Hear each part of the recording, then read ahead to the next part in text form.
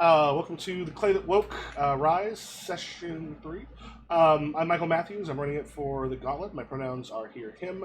This is a Gauntlet game, so therefore the Gauntlet inclusivity policy is a part of what we're doing, which includes we talk lines and veils, which actually is in a thing right now. We've got sexual violence, violence against kids as lines, veils, torture, grisly descriptions of wounds. Tamara, let us know if we want to add anything to that. We're going to have to go over that before this. I feel like we've ended up being pretty light as far as things go, but right. I generally the stuff you've said covers some of anything that I would put up, so I think I'm good. Okay. Yeah, I generally don't go for the gratuitous just because it's like, yeah, I don't usually go for those things. Yeah, next card, of course, is in effect. You can either just hold it up or type it into either Roll20 or the Zoom chat. Any of those things work.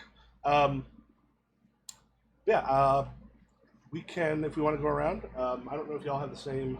I'm in upper right corner, so I don't know if we just want to head kind of clockwise or to introduce, and then we can start. I will grab the microphone because I don't know where I am in this order. Okay. I am Tomer. You can also call me Tomes. I use he, him pronouns. I've been in the Gauntlet for a while, but I haven't played recently. And yesterday I was combing the calendar for the first time in a while, and I saw an opening, so I jumped at it. It's a game I've been wanting to play for a long time. So. Cool. And I'll be playing a soldier Minotaur. Sorry. Okay. I'm Elias. I use he, him pronouns. I am playing an advocate Minotaur who now has a name, Cha-ching. I'm named Hepius. Although, well, we'll get to when Minotaurs use names because I'm not quite sure. Yeah, I've been in all 3 sessions. Hola, as I go by Diana Moon online, I use she, her. I am playing a philosopher Minotaur who has just also gotten a name, Jarilo, and is going to find out just how long we were in that damn jungle. Yeah. Okay, let me do this real quick. Do me a favor, could you, because I did not write it down in the thing here, for to spell out your character's name, Diana? The name you're given?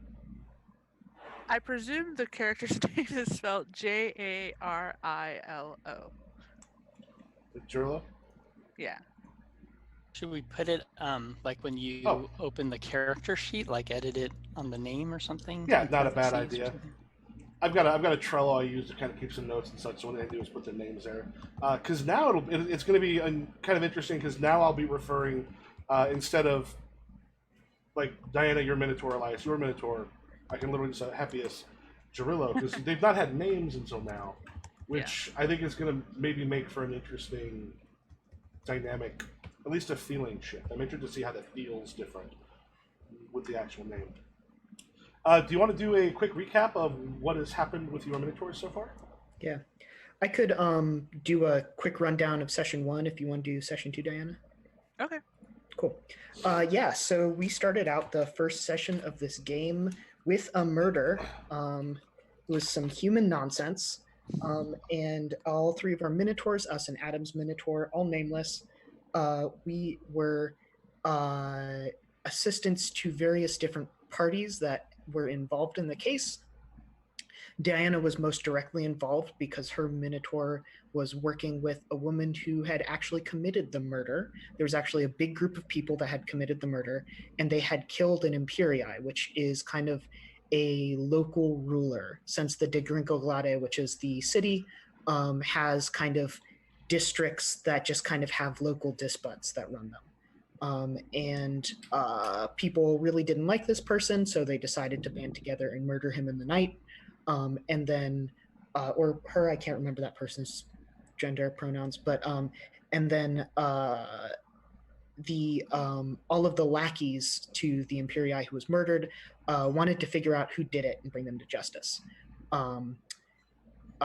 So Diana's Minotaur discovered that her mistress had been involved and basically promised to help her stay safe. I was working for a judge who had basically had the ability to make potions that would cause your spirit to leave your body and cause you to speak truths. So she would travel from place to place and basically cause people to tell the truth about what happened so she could make rulings in various cases. And then finally, Adam's Minotaur was working for a couple that were, what's the right word for it, Michael? A sensitive empath. Well, yeah, an empath who was helping her father masquerade as a medium. Yes. So they kind of were supposed to be able to determine who the killer was. And essentially, in our session, the Diana's mistress, who had a name and was Raleigh and is maybe still important, we don't know how far in the future we went, was basically taken in. And Diana's Minotaur was very concerned for her safety, so the other two Minotaurs basically agreed to help her and save Raleigh from being killed, because it was very clear that Raleigh was going to be the person everything was going to be pinned on, because they need to blame it on someone.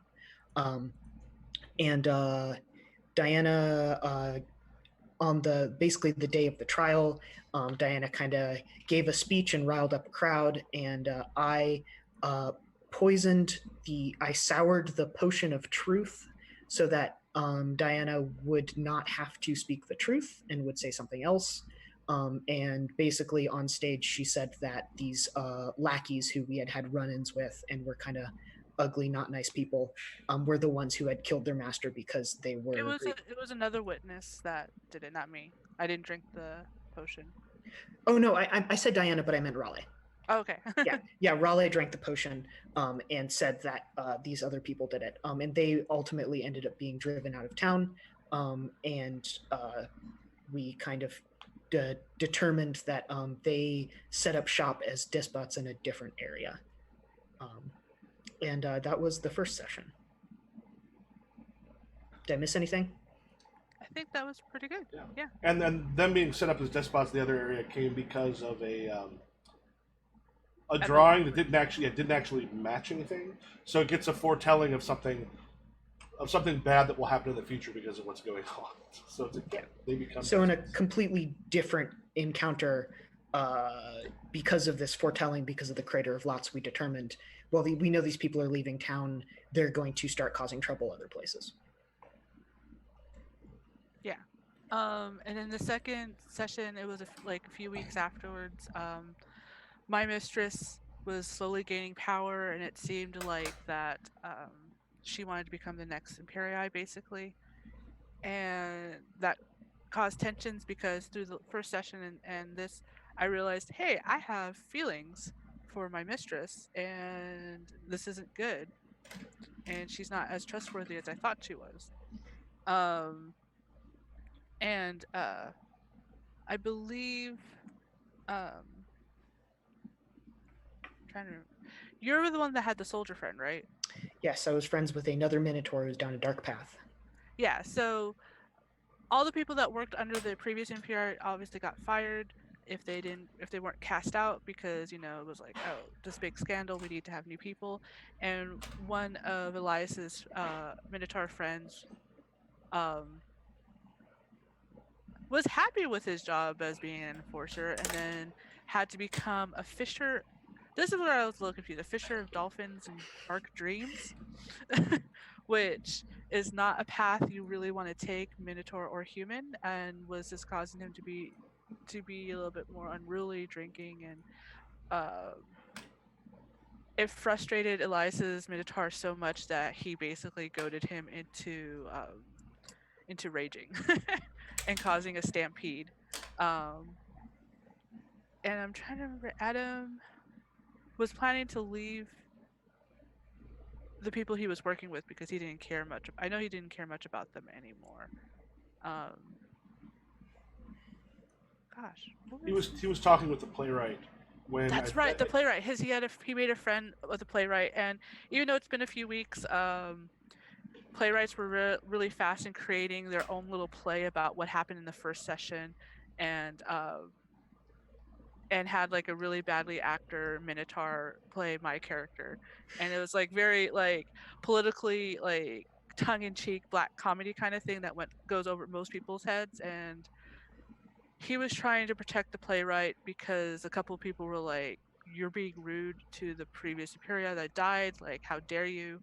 And I believe he went into a frenzy too, right?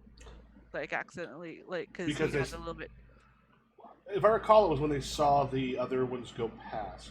y- He may have lost some silence with those guys, with a couple of the guys in the bar, but then when the stampede went past, because he had like a bunch of name tokens, yeah, Yeah, he ended up stampeding. because he realized he was a little too friendly with the playwright. And so as the stampede was coming by, I finally confronted my mistress and trying to figure out like what she's planning after I had a talk with one of my own friends who was doing not shady things, but like sending messages to shady people, it seemed like, to, and just giving the implication that the whole thing about power corrupts, and that even though my mistress and the other people who helped kill the previous Imperii were like, well, he was a shitty dude, we'll do better, maybe not. And when I confronted her about it, she was also asking about, hey, would you become um my liaison and everything? And I was like, well, am I going to learn everything or not? Or are you just going to tell me what you think I want to hear and give you bad advice? And then she called out the fact that like she knew I had feelings for her. And I tried to imply like something where we might have a date in the future, and then of course the stampede came and I lost it, and the next thing we know, all of us are in the jungle with Elias is not actually losing control, but he feared for his friend, so he came along with. We didn't know where inside the jungle we were, but there was it was us, Elias's friend, and a couple of random Minotaurs, and decided, all right, well, let's just use the jungle for what it's for. We'll trek a little bit before finding our way out. And we encountered what looked like a somewhat deserted, broken down village that was like covered in vines and like other like leafy things, but it was kind of still more intact than what we were used to seeing like in abandoned villages. And we saw smoke coming out of like a distant house, because there was a couple of houses that seemed like, oh, they're still in pretty good shape, but this has to have been like from 100+ years ago. And a couple people went ahead to like go check out the smoke and everything. I'm trying to remember why I stayed back.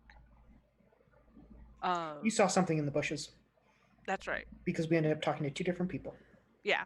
So I saw like interesting things in the bush, and so I went to go investigate, and it looked like through the bushes, like there was like hands sticking out and like covered in vines, but it was like just like the bone and just random body parts like that, which was kind of interesting. And then I heard shuffling from another bush, went over, and I had Elias's friend with me, and a little boy comes out. Human boy, right? I think they're both human. Human-ish. They both. Ish. Yeah, Yeah. they seem human, but the fact that they were out there in that place where people had clearly been turned into plants at some point was. I mean, he had like moss green hair too. Both of them. Yeah. So, as I was chatting with this little boy who had apparently been trying to bring in some wood back to his father, Elias and Adam's characters went in to investigate the house with the smoke, and they met an old man who was making tuber stew, apparently, and chatting up and trying to figure out like what's this place, and it's supposed to be a haven where you can get away from the city, because like city and humans are bad and stupid and they're going to do what they always do. You can it's nice to have other people here, please stay here. And luckily the whatchamacallit, the crater outcomes worked in their favor, and they're like, oh, and they're able to convince, I think the old man's like, we're just here to stay for a little bit, thank you for the offer, kind of thing. Wow, this tuber's delicious. Meanwhile, I figure out, talking to the little creepy little boys, that like all the little figures I saw in the forest or in the bushes were his friends and other fellow villagers. And wouldn't we like to stay here and become his friends? And and asked me what I wanted in life, and I realized I wanted to have a family, but that's not possible because Minotaurs aren't allowed to have families. We're only allowed to procreate when necessary. Um, but I still hoped for that, and that changed the boy's mind. It's like, yeah, you deserve to have a family. And when I looked back at my fellow Minotaur, they were being slowly choked to death by vines, and the boy decided not to do that and let them go. And it's like, well, we should go to your father and make sure everything, because I was worried for my friends. And just so happens we all were okay. And the father agreed to let us have safe passage and safe night. And because we obviously had other destinies in hand. So we all ate tubers with a lot of extra spices. Spent the night, and I believe like it was in the morning that either Elias or Adam got like a special gift from the old man. Someone woke up early, I Yeah. remembered. And we It left, was and one we of the thought greater the outcomes worst was behind us. getting the gift. It was only after we left that I explained, hey, this is what shit happened, like with the little boy and everything. But we ran into this big field where a lot of snakes decided to come and attack us. And they were pretty big snakes, not realizing that we were over a cavern of of an underground river, and attacked us. And a huge mama snake, like like 3-4 times our size, came to attack us. And I almost died because I fell through and was being bitten. And but the others managed to yell at it and and tear one apart, like by ripping it from mouth to mouth like that. And Adam's character got to manage to rescue me and get pretend to be an alpha predator enough for the mama snake to be like, I don't understand what's going on, and for all of us to escape and jump into the breaking underground river, where we all escaping all like the clutches of eggs and baby snakes and all that. To we finally get to, like, I guess an edge of the jungle where where I forgot what his name was.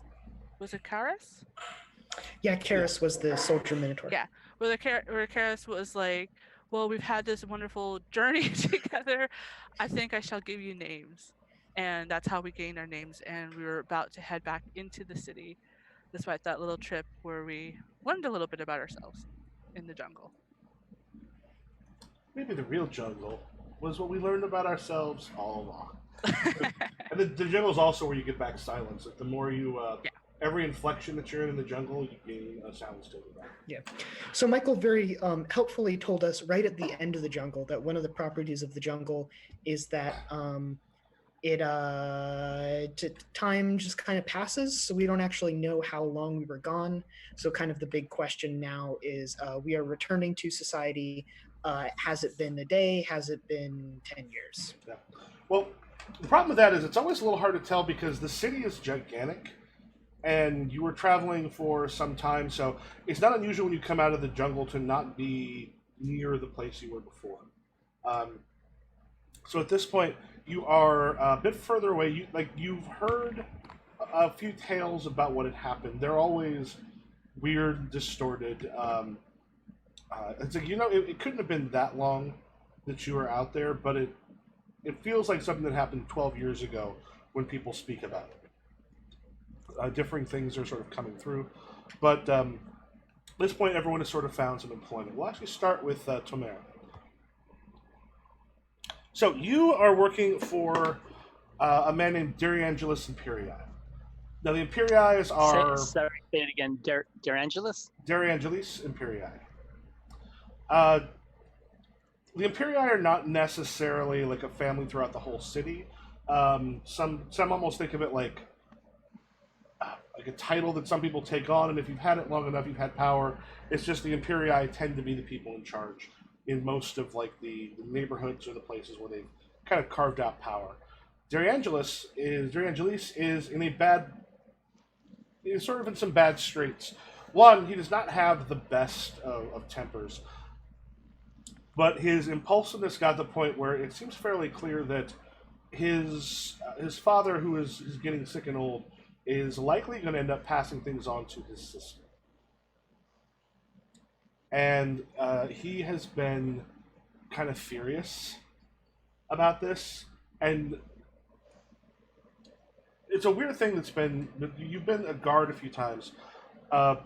You're outside his room one night. Because there have been some, like, he and his sister have been kind of trading some blows through their people at each other. There's a drug that he likes to take, called sleep is what it's called, but it's like a beetle that has got like a glowing ichor. It's like a fluid inside of it. You pierce it, and you drink it out of it. Because what the beetle itself does is it will crawl up onto someone's face, and it's got necrotized pads on the fingers, and when it goes on someone's face while they're sleeping, it'll kind of keep them from feeling it, but when it settles over the mouth, there are vents, like these weird vents that are built through that kind of go through the shell that allow the person's on to breathe. What they do is they fill up with the dreams of the person whose mouth they're on until the point where it's had enough, it disengages and takes off. This has become his drug of choice, particularly when it comes to the stuff of the children's dreams tend to be very strong and very strange. And so when you say this is his drug of choice, like these beetles are feeding off the dreams of people or kids or whatever, and later once they've fed, he's taking these beetles and then imbibing that juice. And the beetles actually live. Like you've seen some come in that have got like multiple places where they've been pierced and they've been allowed to sort of heal, and other ones are sort of newer because he doesn't kill the actual beetle itself. It comes in like a small cage. And there's a part of it that if you get it into, it can't turn around. But the thing that he's had doing is he's had scribes in there. And you weren't quite sure why, because you've just recently gotten this job. But the scribes have always seemed a bit nervous. So he's taking it, he's in there sort of asleep, and then you hear a crash from his room. Like, you're outside of his room. What do you do? And like I've been working for him very little time. Yeah. What's like the biggest thing that I've had to do for him as far as, So far, it's mostly just been sort of guarding stuff. A couple days before you were hired, there was an attack on the compound. Like a couple like assassins trying to come in. He believes it's probably from his sister. Right. And you know that he has sent some her way as well. Yep. In that case, then, that's the first thing that enters my mind. And I don't think I'm even going to, wait or knock or anything. I'm just going to crash through that door. Okay. Just Yeah. door bursts open. And you kind of smash your way in. And it's weird because there's a man who's sitting there, and he's got like a stack of parchment. One thing that's like clean, and another one that's got stuff written on it. One of them, you see there's a word thing that just kind of just like scrawls off. And he has fallen to the ground and taken the table. The table's kind of like come with him, like partly, and he's thrashing on the thing, and then you see him like still in the bed, and he's speaking very clearly. Now, and again, there's two people in this room. Yeah. There's this person who's maybe the scribe or something. Yeah, and then Dariangelis. And then Darian's in bed. And Dariangelis is speaking in a like a language you haven't heard before. Right. But like, as he's sort of finishing up this word, there's this moment where you feel like a shudder go through your entire body before it sort of passes, and then it stops, and he just slowly kind of.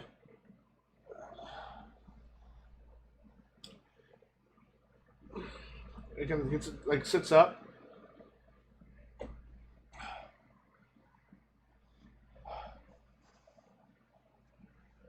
Looks over, sees you first, and then looks down at.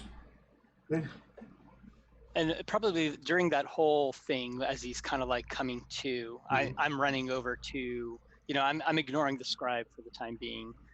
Just a quick glance to see if, I see like blood or it looks like he's been attacked, right? Like, is there an arrow sticking out of him? But if he's just like fallen to the ground, I'm just running over to the bed. You see a tiny bit of blood, like, kind of coming out his ear.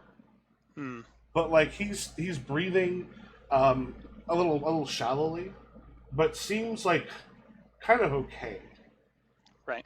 But like he's right now is unconscious at this moment, but his body, there's these little aftershocks kind of going through. And Angelis just goes, the paper. What's it say? What's it say? That's perfect timing. So like I probably, like, given what I saw with the scribe, I was probably leaning down to the scribe around the time that Derangelis is like kind of getting up and asking this question, and I look over at this paper, but do I know how to read this stuff? Does it make any sense to me? It's in we'll say the common tongue, like the general Sure. language, though it appears to be kind of phonetic.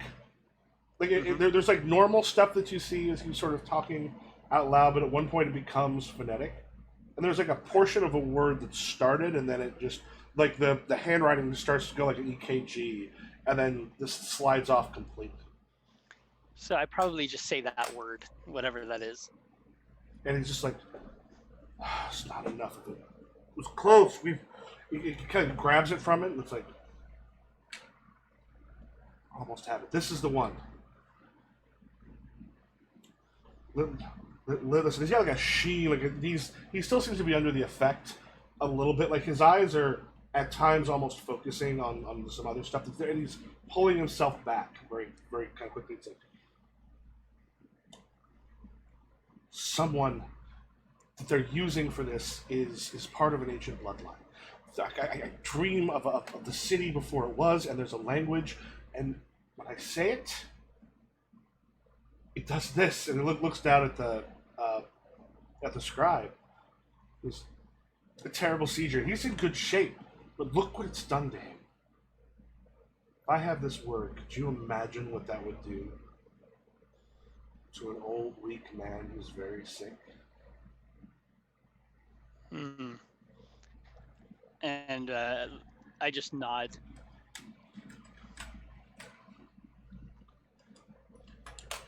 The Shining Scarab. The place where I get these from. They have the child. It was one of the ones. Now, the one thing you do know is these have to be like, because it's the food of the scarab that they're taking. So if it doesn't, if you wait like a day or two, it's gone because it'll consume it. So it has to have been as soon as the child who did this, the child who has this. I've gotten it before, but it was in the batch last night. We have to find out which kid this was. Do you have any clues? And what would I call him as my boss? You could refer to him as Sir. Angelis works as well. Sure. I'll just say Sir. He sits back and just sort of like pats his head. He kind of gestures at the cage. One that was taken nearly close enough. This scarab has been drained before. You know what it is? No, you're not allowed to. You have any idea what it is to want something so much but not be able to have it? And I say, and like I nod, but like it's obvious I don't know what he's talking about. Of course you don't. I'm just being like the dumb yes man Yeah. at this point, right? I was raised to be a lord, a ruler. And he's going to take it from me? This is the gods intervening. You go to the Shining Scarab. You find which kid it was. Get more from him, we can get the rest of the works. I think at this point, like, I realize that I've been hired to guard things, right? Mm-hmm.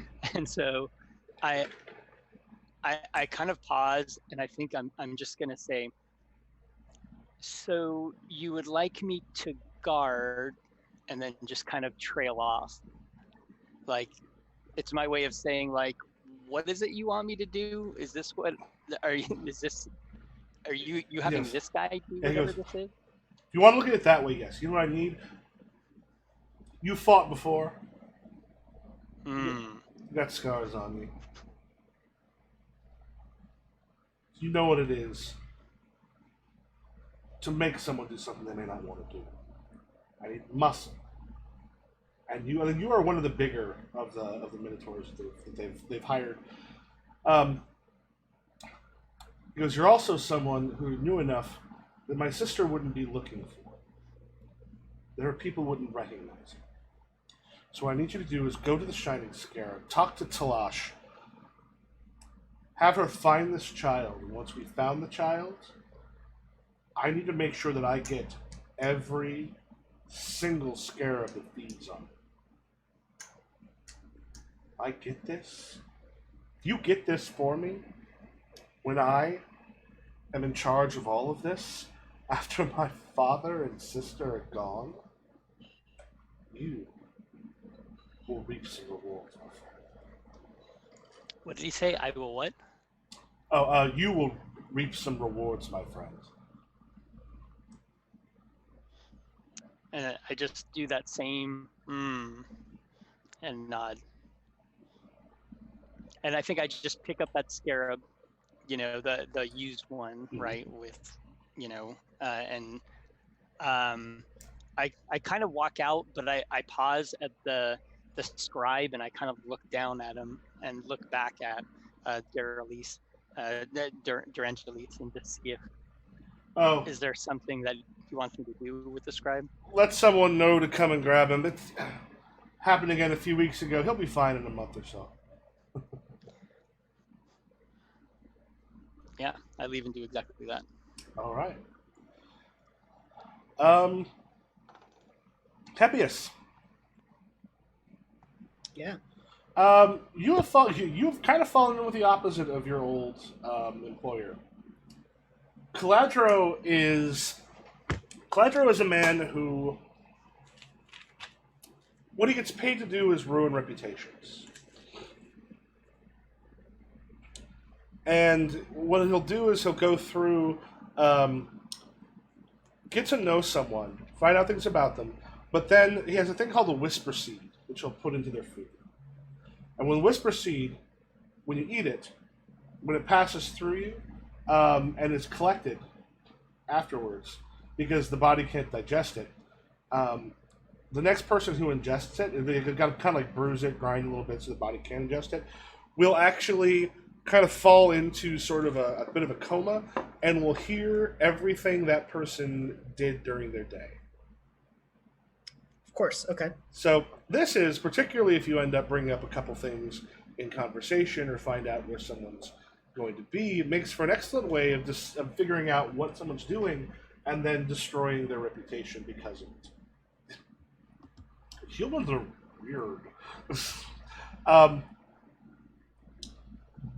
But it also does mean that he's often moving from place to place. Because you were with the judge, right? Yes. Yeah, okay. So the same reason the medium would have to often move on occasion. This is one where he has to kind of travel through several different places. Mm-hmm. The two of you are... there's often like a midday rain that comes in. It hits hard. Like the humidity doesn't always break when this happens because just the Degringoglade can be just oppressively hot. He's like, we don't find ourselves some sort of work soon, we're in trouble. How long has it been since we last had a job?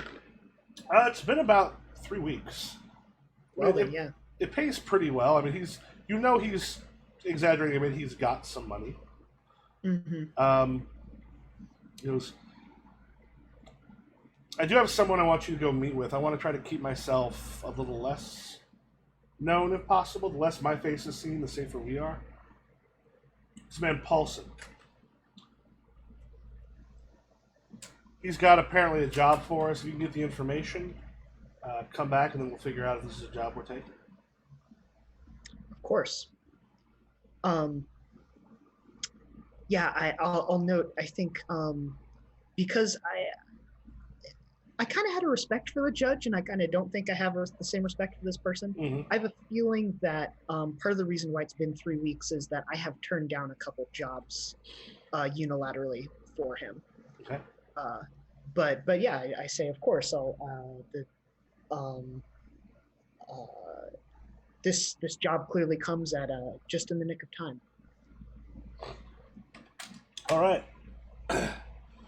So you're gonna go talk to him, find out something to do with a drug dealer. I'm sorry, what did he say? Oh, something to do with a drug dealer. Kind of give that a non-committed kind of like, okay, that sounds promising. That could be okay. I will find the details. Okay. Paulson meets you sort of in the back of a tavern, a bar. Yeah. Is it still super raining out? Yeah. Just like absolute downpour. Yeah, and it's one of those where you just got like a couple sides of the bar are essentially open to the air. Like it's got like the poles there to hold up those parts that when they take it down, it basically will form the other wall. Mm-hmm. So there is a bit of the nice thing about it is that at least the rain here is bringing a breeze with it. Mm-hmm. And he's got himself like a kind of this insectoid honeyish mead that he's drinking from. Goes, you work for Caladro? I do. Paulson. Something to drink?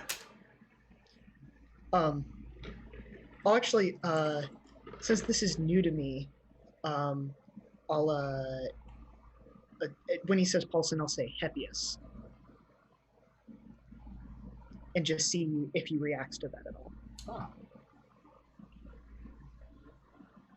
Good to meet and you, I'll go Heppius. get myself a drink. Come back. He's like, so the person I'm going after, name is Talish. Talish, she's a drug dealer. She makes a drug called sleep. This beetle thing that goes on people's faces, steals their dreams. Problem is, she's brought in not only a lot of the children and the elderly in the area, but they got their families working for her as well. I want to find out what I can so that I can shut this down. These women and children are being treated poorly. Sure, if that helps. This thing is taking their dreams. She's got old people. She's got kids. Families are. Now, there's a lot of goodwill, but there's something else going on there. And I'm looking to find out what it is and tear it down. Which is where your employer comes in. See.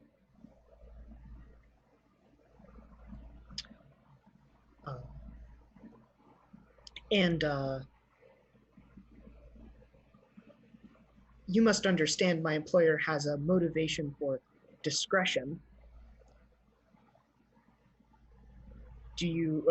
What do you plan to do with this information? Well, ideally, I want to put a drug dealer out of work.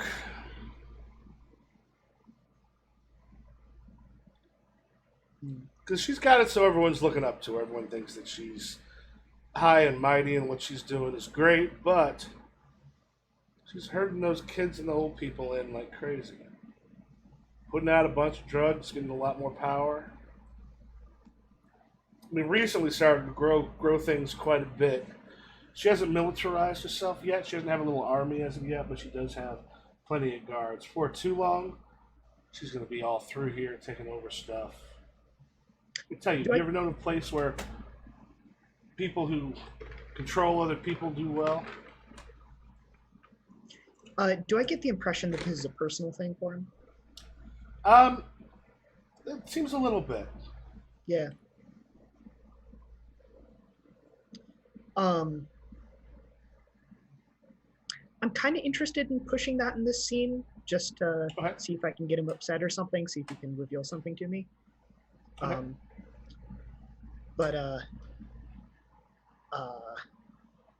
Okay, yeah, so I'll give him kind of like a sly smile in a kind of like, I get it kind of way, and I'll say like,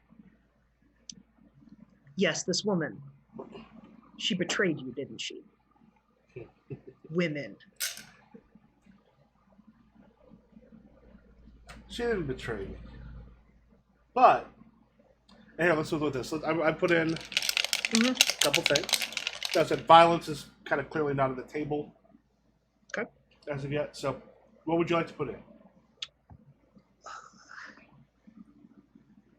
Gosh.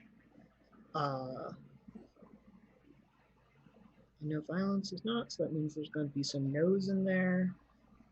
And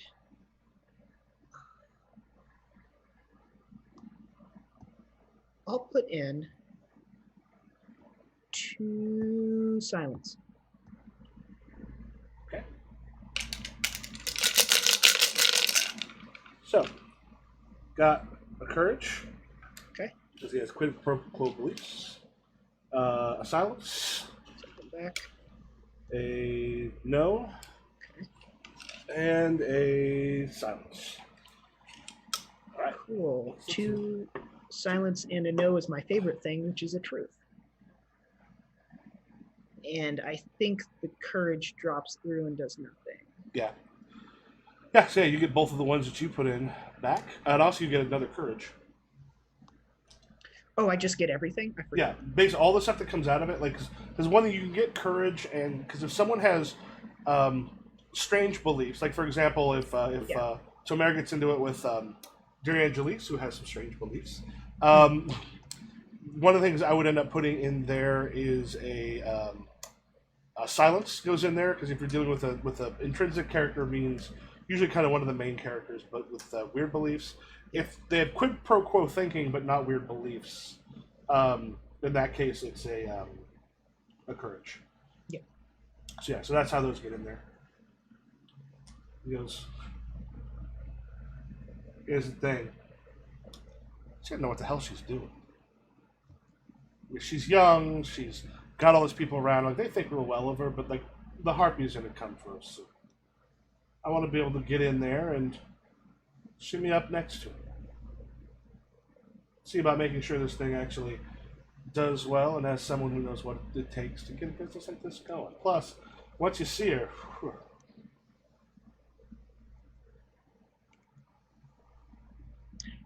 Okay, yeah, so with that, I'll say,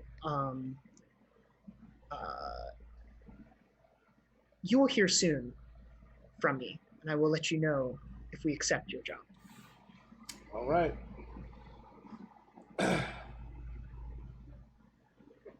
All right.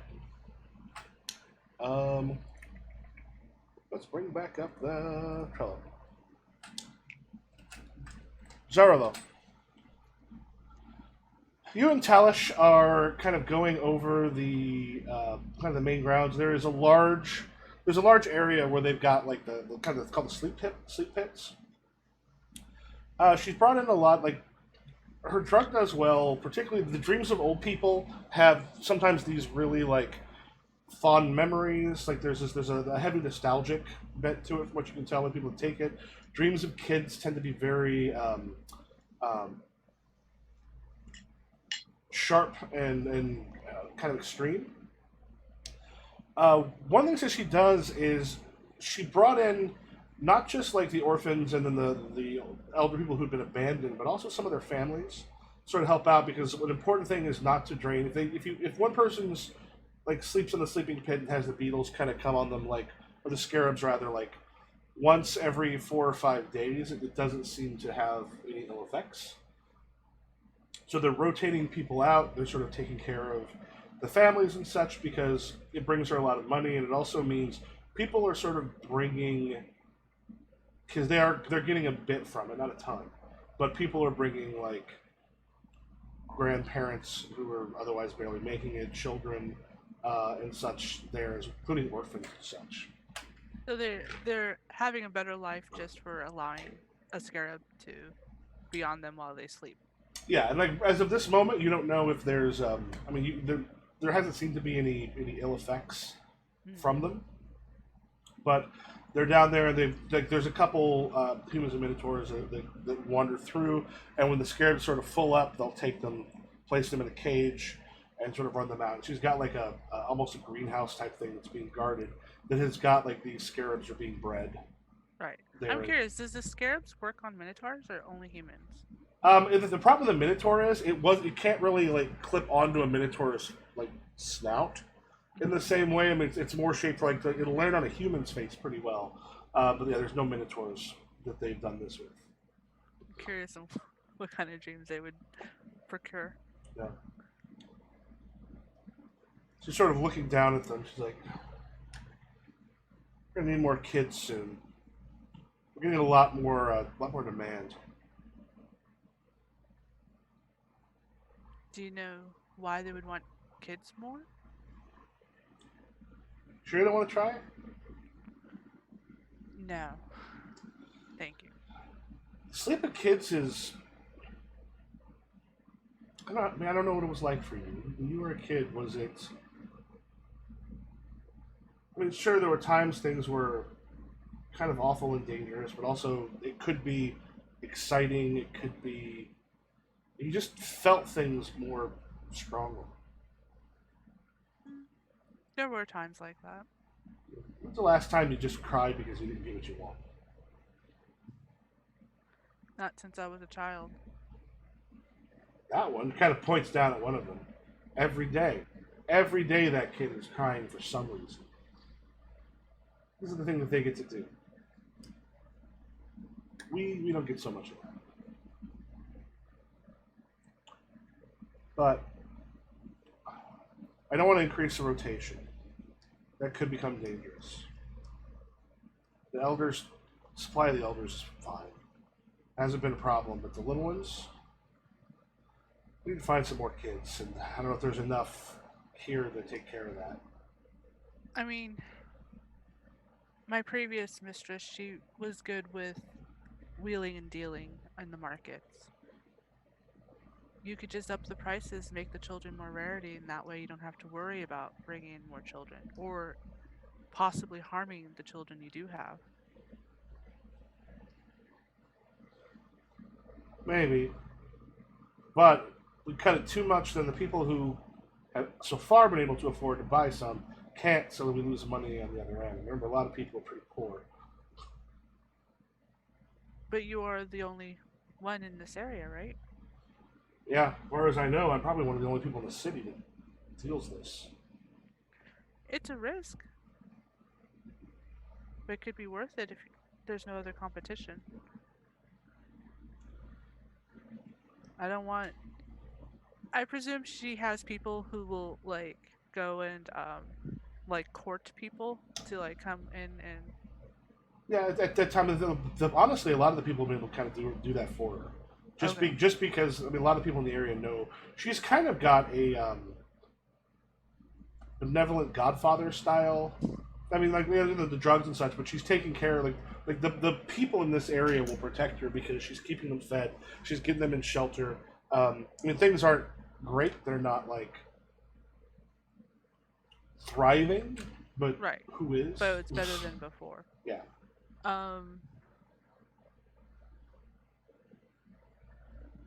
We don't want them to, even though it's all been word of mouth and positive word of mouth, we don't want them to start to get desperate and pull people. who aren't willing, especially children. It would be easy to manipulate a child. You need to manipulate it. I mean, there got to be orphans somewhere who don't have much. But do you want to push her towards trying to abandon this idea? A little bit, yeah, if possible, like Okay. because I see the slippery path of like, so far she's concerning for them, but then if she gets children and she gets more profit, it's like I don't want it to happen. What happened with my mistress? Yeah. Previous one. Let's see. So I'm gonna put in 2 mines since I got some of my mines back. Okay. That's it. A no. Mind. A silence. And a no. So 1 mind will go away, but you do get to add 1 silence. So with 2 no's and a mind. Was there silence in there? Yes. Okay, that's immediately a possible truth. Oh yeah. And then I don't Does- think that we have anything to do. And mind by itself comes with a compromise. Oh, cool. Oh yeah. Yeah. Second. Okay. So with the creator outcomes, you always go from the top down. So Yep. like you're trying to find the first matching thing. Mhm. Is that it? Yeah. Yep. And then Tamara, you'll be coming in here shortly. We'll get to see. Mm-hmm. This is cool. I'm just like, Yeah. like Yeah. So she's just kind of a moment where she's just. I mean, what happens to people here if we raise the prices?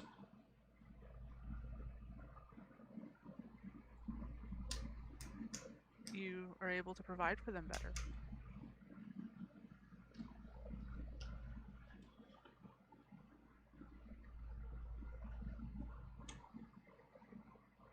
You're not Okay. raising the prices for everybody. You're raising the prices for children. If they want to have more children faster, then maybe Which may push what we need for the elderly a little bit. But listen, I'm nervous. There's this guy, this Imperii, who's gone nuts for stuff recently. He's been ordering a bunch. That I'm not of entirely just children. like specifically. He's asked about dates it was harvested. I mean, you can almost tell just by looking if it was done in the last day or two how much is left. I'm worried things might get difficult soon. Do you think he might lash out if we don't provide for him quicker? You can only have so much.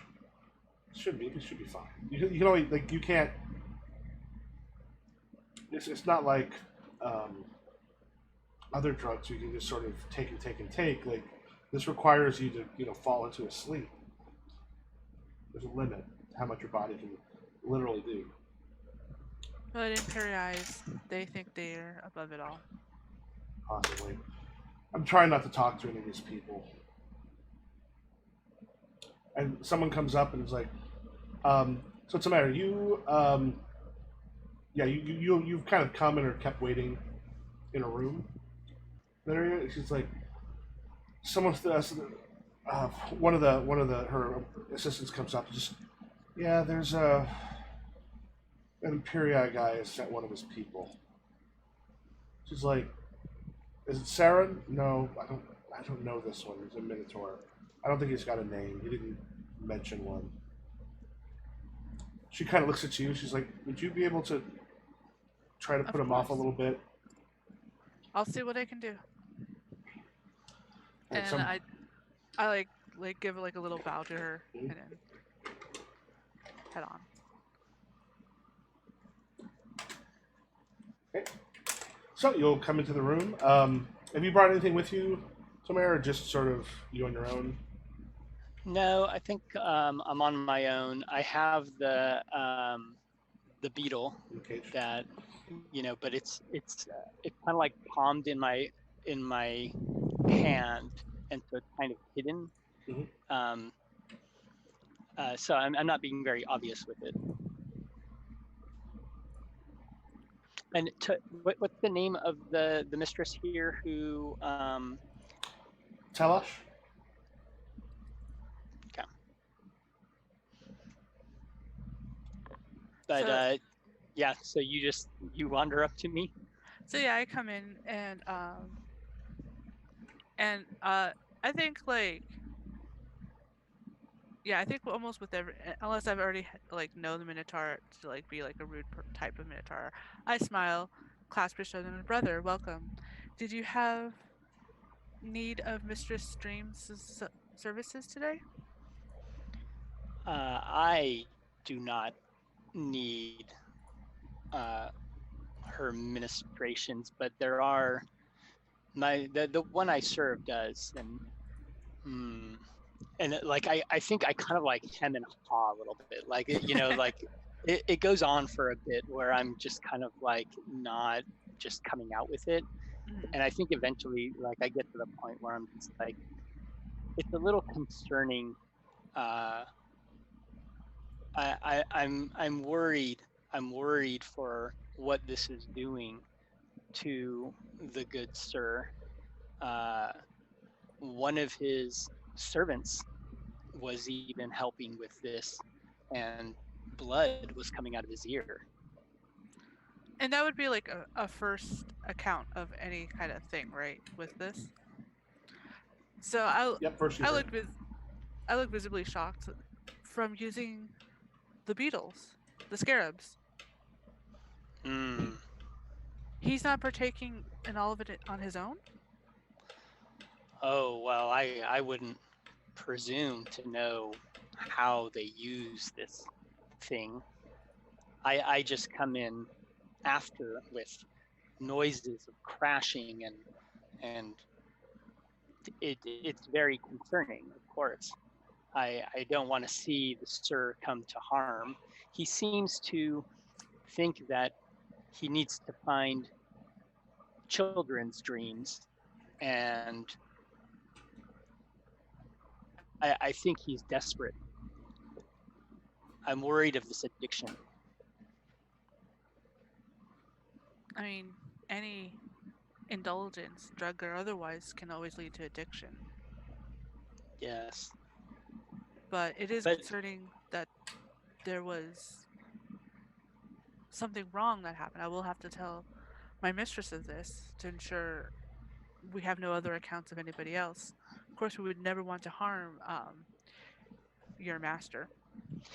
perhaps if I see how this comes to be, then I can feel a little more comfortable. Of course, being a bodyguard, my job is to make sure the sir comes to no harm.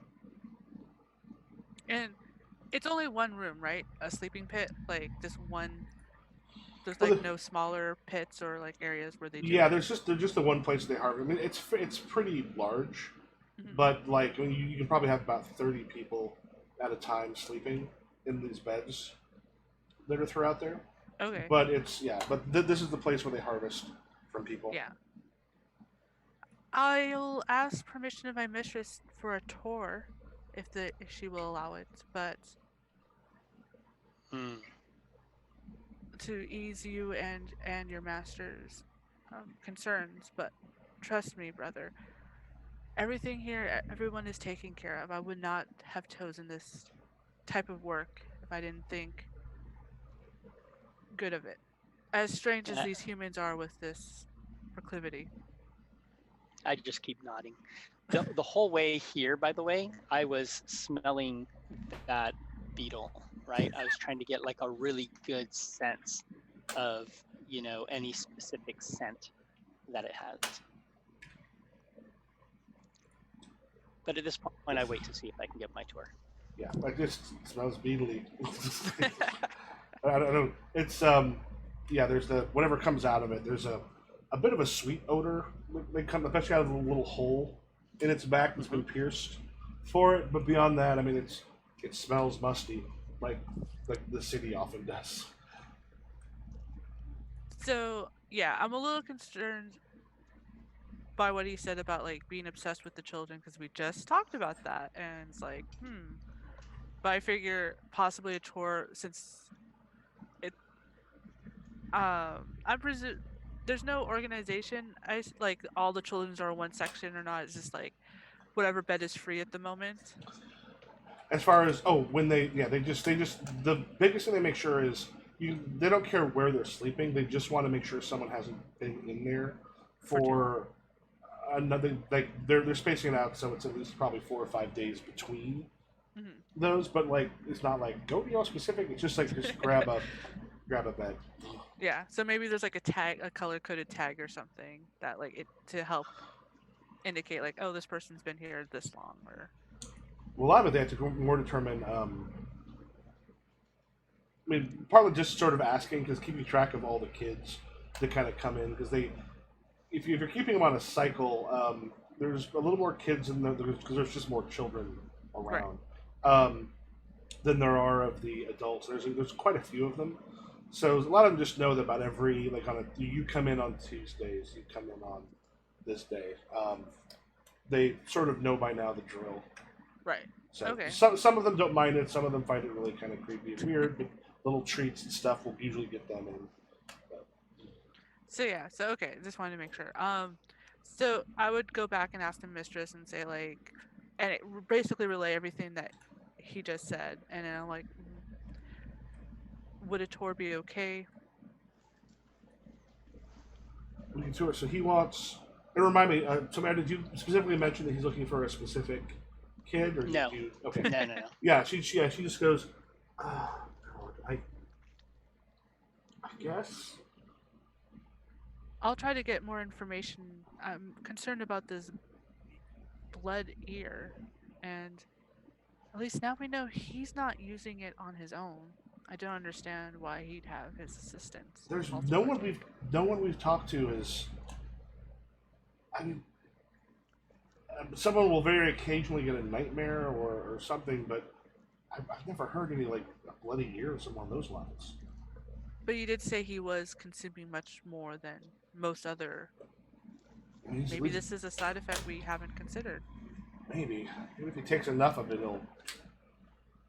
I guess bring him on the tour. I'm just nervous about what that's going I'll to keep a mean. close watch and see if we can get any information. Maybe this will assuade him for a while. Let's hope. And then yeah, so he goes back out to you, Tomer, and goes right this way. And yeah, I come along. I probably make mention at some point. Like I don't know if you ask any more questions about any of the. I think at first I do like probably like since I probably listen to the mistress when she brings in like new customers and everything, like the bit like the sales pitch of this is like it's like don't worry, it's all safe and sane and consensual and yeah, but I ensure that we're like brusquely moving through so that you don't linger because even with don't want anyone touching or disturbing the sleeping bodies in case. Oh yeah. Um, How good is the sense of smell of a Minotaur? Possibly a little bit better than a human's, but probably not a ton. I do not think Right. we have lots of blood cows going around trying to like sniff people out. Yeah. I have no idea what a cow's sense of smell is like. We'll say maybe a little better than humans, but like not like attracting or anything.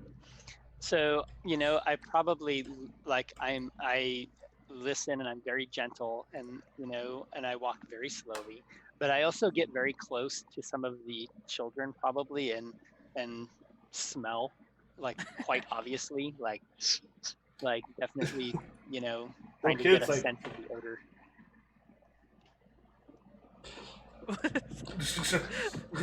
just sort of like looking, and then they kind of like scamper off. There's one of the guards like, "What are you doing?" I'm just staring kind of like in surprise also. And I probably just respond with taking a tour. And I I need think to make sure this is safe for my master all of this. Yeah. And And I I think probably even mentioned something like humans sometimes partake way too much of things that sometimes are not healthy for them. And I say, being a little bit more bluntly, like, this is one of the Imperator's men. Like, which is why I'm allowing, like, this strangeness. At which point, others sort of back off, like the guards and such. But the kids are, if you're sniffing kids, they're definitely like. These are awake kids. You're talking about kids that are running around. Yeah, or are you sniffing the ones that are sleeping with the. I'll do any kid that I see. Like, I mean, definitely if we're walking before we get to the sleep pit. But when You got a kid? I'm gonna sniff it. Bring me a kid. I'm gonna sniff it. Yep. If it helps, one way we could go with this scene is it would perhaps make sense for me to want to come get counsel from my friend. What is your name? Jirilo. If you would like a distraction now, but maybe that's more later. I mean, I wouldn't mind for sure, like, to like have you in the scene. Yeah. Otherwise, Like, I was gonna maybe pop near the over end to of the you tour. here shortly. Mm-hmm. Bear, if you wanted to pop by here? Either way, what do you think would wrap this up smoothest? Because I was thinking that certainly like this description, now that I know about the Shining Scarab, like when I hear that name, I think it kind of reminds me of something. And so when I'm kind of trudging slowly home through the torrential rain, I kind of have a memory of my my friend Jarila like mentioned that that's where he is working now, and I go there before heading home. Yeah, so maybe at the end of the tour, like back in that waiting room, like that's where you are, and that's where I bring Tomer's Minotaur in, like, and I think it's only once I've gotten you through and like given you very odd looks about like why are you sniffing the children, especially the ones awake and the ones who are asleep. Um, does that put your mind at ease? Well, I like, first of all, do I get any sense that I'll be able to identify whichever child this thing came from? It looks like it might have to be some sort of like a. He has to try a whole bunch of them and kind of like. I mean, they know it was taken in the last day. So it was someone in the last 24 hours. Right. So that's the only thing he's aware of. And when you're telling me about the tour and how this works, like if I'm asking questions about, does it harm the humans and how often do they do it, blah blah blah. So do I get that information that like they only not do it every like 4 or 5 days or whatever? not like the specific numbers. I'd be a little bit more vague, like between so and so amount of days, because um just for safety reasons, like security reasons, I would think. And between 4 to 5 days, we switch them out. Nothing harms when it just becomes less effective. Don't worry, the children are fine. The old people are fine. And the are there ways to, so like you were talking about colors, like it'd be interesting, and I don't know how do they do this and how they cycle the kids through, but if they had different colored bands or clothes or whatever it was, whatever the identifier is. I was thinking maybe the kids, just to make it as part of a game, maybe they had like self-identify, like, oh, we've been here this long. It's like ha ha ha, kind of thing. Because maybe there's a couple of kids who can't last the 5 days, and like it's just no matter for whatever reason, maybe the beetles just doesn't get as much, the scarabs. But I would mention it's like it's pretty much we only monitor really the people who are new to the system, and once they understand the system, we trust them, because obviously they lie, we can't give good product, and we can't help them have a better life. Right. I think then that would allow me to identify at least which group of kids this thing came from, right? Because it came in the last day or something, right? Yeah. At the very least, I think you'd probably be able to. Anyone that came today was like, oh, not those kids for sure. Right. Okay. Then, I think I think that's I think what I'm doing is saying that, that is a batch that might be worrisome to my master. So I'm actually trying to prevent him from getting the same kid's Beetlejuice or whatever, dream juice. Don't Anytime say that soon. 2 more Right? times. Yeah. So you're trying to get juice that will not make him have weird dreams that cause people to go unconscious. Yes. Okay. Yeah. Legit. Dig it. So, yeah, I think you mentioned that. It's like, I'll bring it up with the mistress. I am not the person that does any of the data. As much as I can handle that, my talents are in other areas. And I think at this point is when I bring you back through the waiting room where And I think and the mistress is there maybe as well, or in the background or something. She's in his office, and she didn't want to deal with you if she didn't yeah, have she didn't to. want to deal Okay. with you. So it's just I think happiest what I then. say to you then is like, yeah, humans are so curious, and my master seems to be willing to pay so much for this particular, pleasure. And yeah, so I'm like, well, I'll definitely bring it up with the mistress. We've been considering a couple of price changes. And then yeah, so bring you into the room, and I see Heppius, and I smile because like it's always good to see a familiar face. Yeah. There's a big old Minotaur standing there, dripping wet, of course, and seems to be very distracted. And then when he sees you, says, Drilo, I've come to you with news. Fantastic. News from where? Um, And I'm momentarily distracted by this, of course. yeah. So, I mean, yeah. Ignoring Tomer. Tomer, if you want to go off and do something else, that's totally your thing. But yeah, so I'll draw closer and say, not good news. A warning. I remember we talked once a little while ago about your current employment, and you should be aware that your mistress's activities have not gone unnoticed, and there are others who want to benefit off of her work.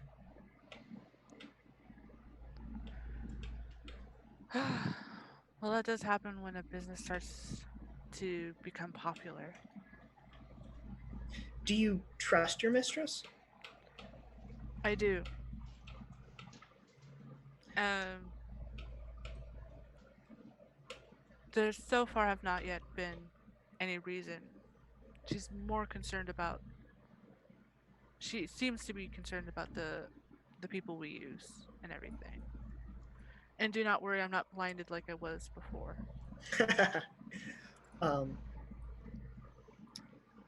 Tomer, are you moving closer to us or farther away from us? I think I'm just standing and watching Okay. and listening. If you notice him, then I'll remember him. Yeah. I'll kind of look. My eyes kind of move from Drilo to over to you and say,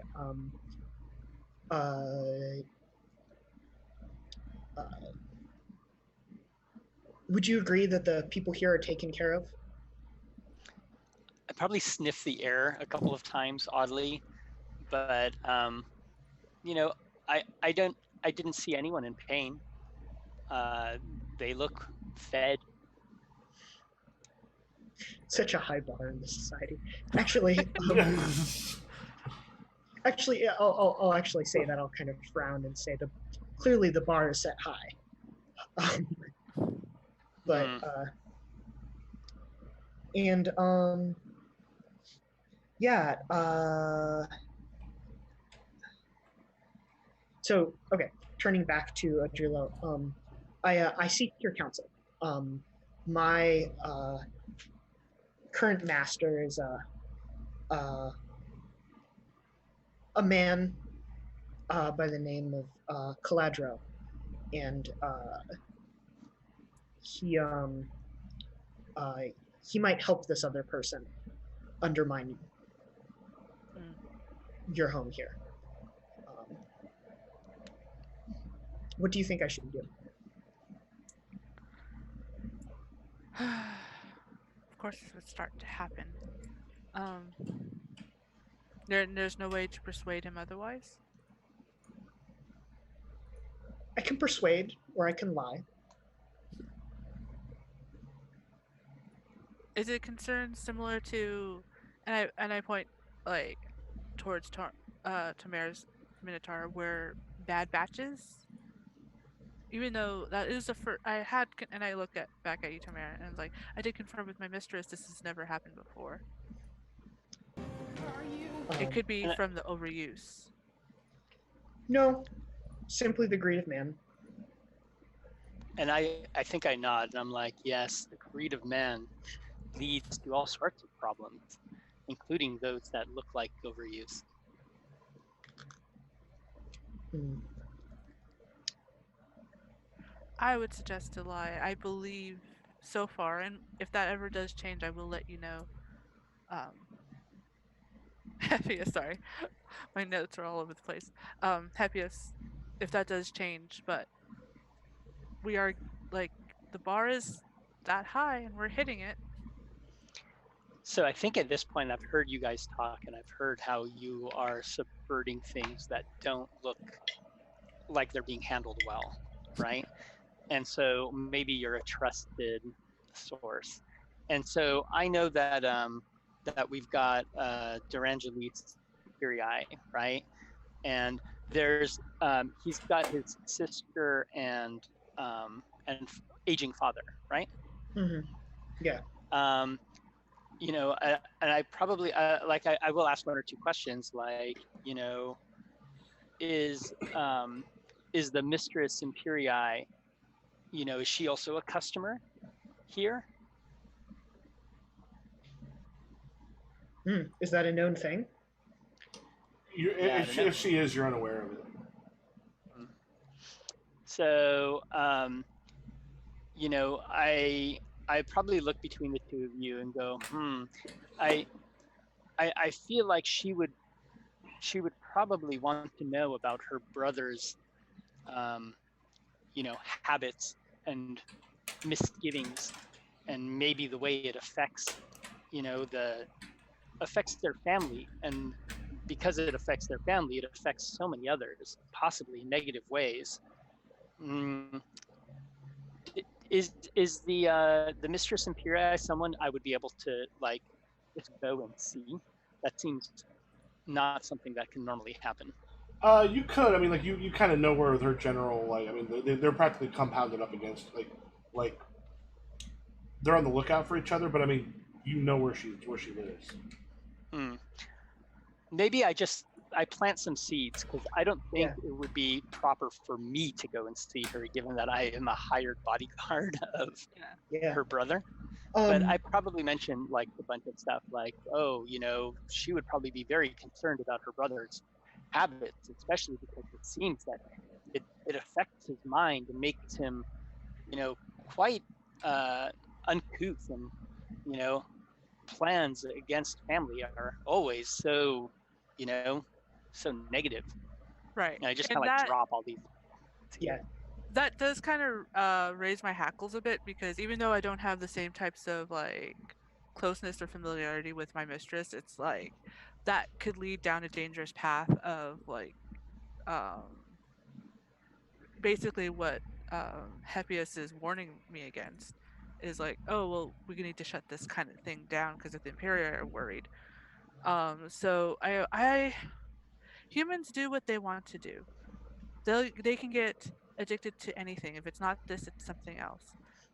You're the your master is the only case so far that seems to be so erratic, and we've been doing. My mistress has been doing this business for quite some time now. And we've had no other complaints other than lack of sufficient supply, which I think maybe your master is monopolizing on. Mm.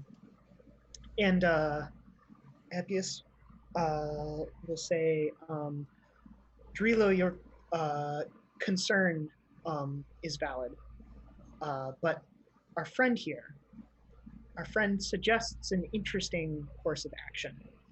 I believe I may have found my master a new client.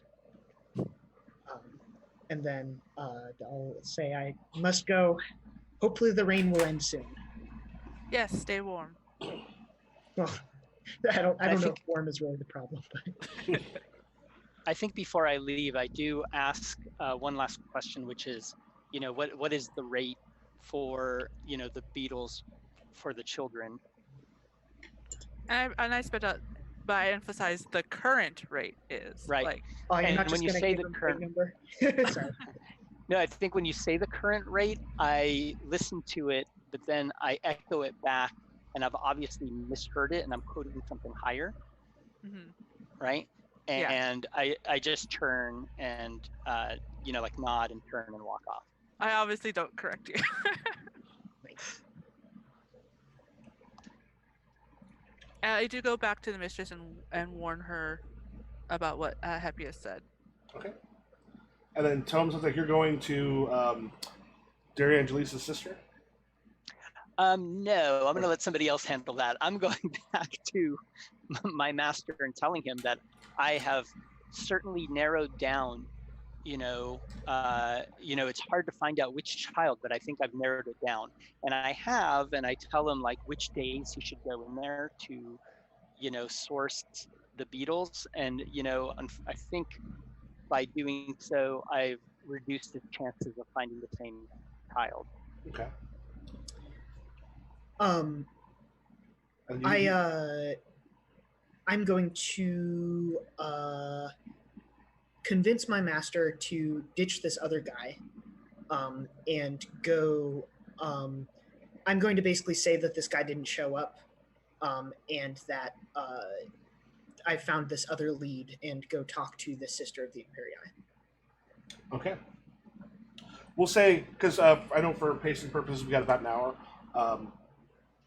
If we're okay taking a quick bio break, we'll come back. We'll be able to start with Elias with the sister, Tomer with Daria Angelis, and then see what happens back at the Shining Scarab. Cool. Sounds Couple great. minutes?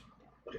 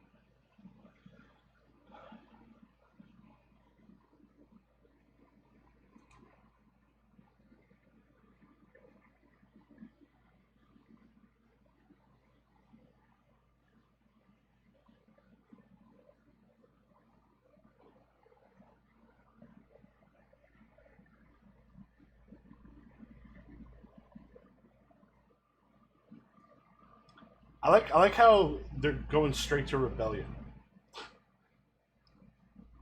That so far that's been a slower ramp up than the couple times I've done more than a one shot. I like that it's like, nope, we're going straight to screw this system. We're gonna make shit better. Right. Ooh, video switched. That's interesting. Yeah, every I time. Go ahead. I would say every time it goes to like turn the camera off, come back on for some reason, Zoom will then switch your Oh. order. That's interesting. But yay, kitty cat. Aww. Aw. I'm at my brother's place. We don't have a cat at home. I got her to come and sit on my lap. Nice. What's her name? Her name is Minka. Aww. Yeah.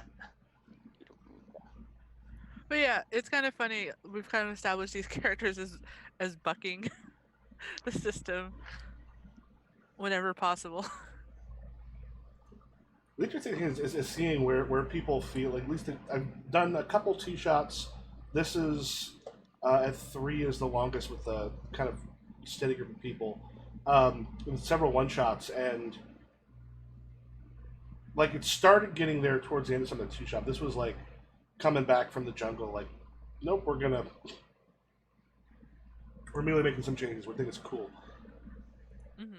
The pace to feel out like where the Minotaurs belong originally is interesting, and everyone kind of has a different. It's interesting to see how people try to figure out where a Minotaur should fit and then where it grows to. Yeah, and you said in the other ones, when it was the initial grouping, we were a little bit more easier to like get along. Because you mentioned like it was harder for them to like in the first session, like we were like, oh, we meet each other, and it's like, okay, there's a problem. We didn't have to convince each other, basically. Oh yeah, I think yeah. The other ones had to be much more like. I think the group we had kind of like, okay, how do we connect with each other, as opposed to we're on opposite sides of this employment. Mm-hmm. So instead of like locking horns, it was sort of interesting. It was just a different general approach. It's like it does that kind of that dogs in the vineyard thing, except it's harder to predict where people are gonna, like how people are gonna click into it at first, which is kind of cool. Yeah.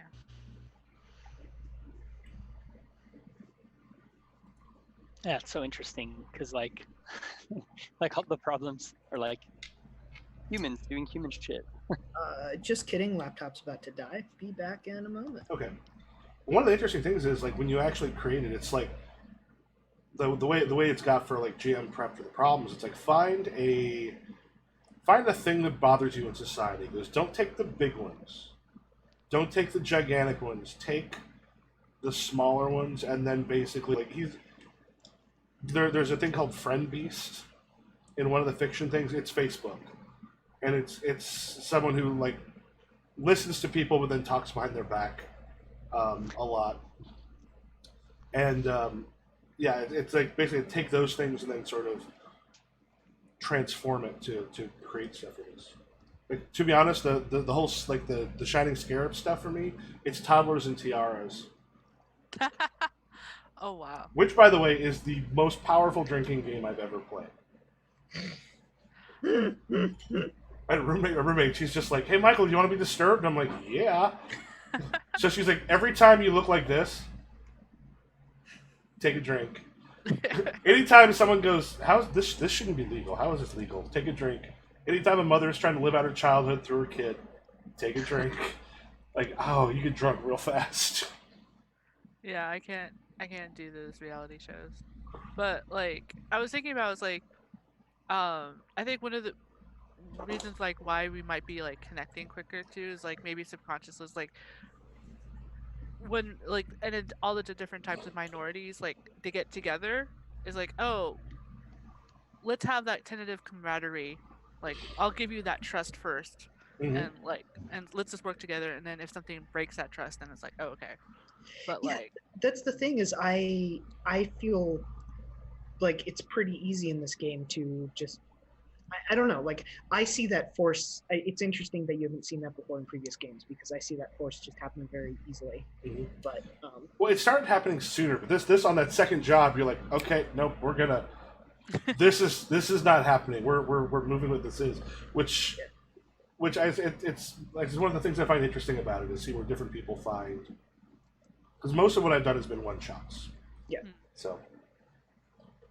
Oh yeah, I have name tokens. I should.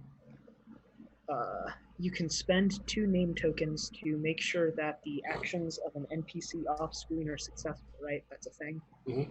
And I think that's like an important mechanic. Yeah, you basically make sure something happens. Yeah, so I should try to do that. Yeah, I think between those and between the gift tokens in particular. Yeah, which we're going to have this session, but then didn't make sense. For no, because didn't Diana get hers back?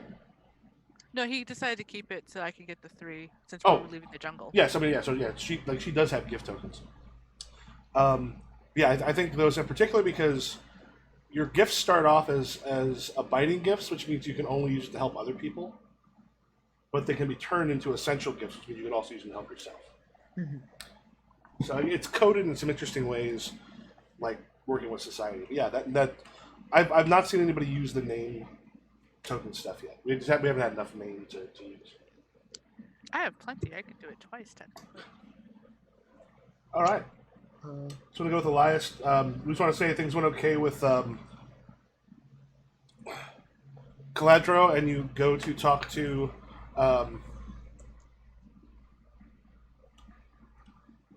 Ramiel Imperii, the sister.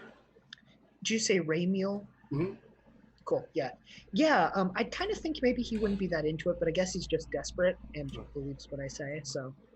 Oh wait, we've also got like an hour or so because like yes, I mean yes. Also, because like, Tomer won't be here next week. Let's jump so to the let's interesting get, things. Yeah, totally. Yeah. Basically, for him, as long as you've got an employer, this is an employer that not only would have more money, but also have more reason to want information. Yeah. Okay. Yep. Yeah. So like her compound essentially has got a number of guards around it because they've been sort of sending some attacks back and forth. They're kind of at the ready. You just approach just Middle Street or. Yeah, I'm going to try to find a the least threatening looking Minotaur, or if necessary, human, and basically tell them that we have information about her brother. Okay. One of them kind of like looks at you like this guy is like, and are you carrying a weapon on you? I mean, let's go with no. Let's go. And considering most people wear little to nothing in the society by the art, because it's hot and gross. Yeah, you're clearly not hiding anything. There's a point where they kind of bring you into a room, and then she comes after a bit. Like she is like you can just kind of tell she's seen some shit. She comes in, she's looking at like there's a couple guards with her across the room. She's like, "You got something on my brother?" Yeah, I don't know how much I actually told Caladro, so I think he might be moderately clueless. But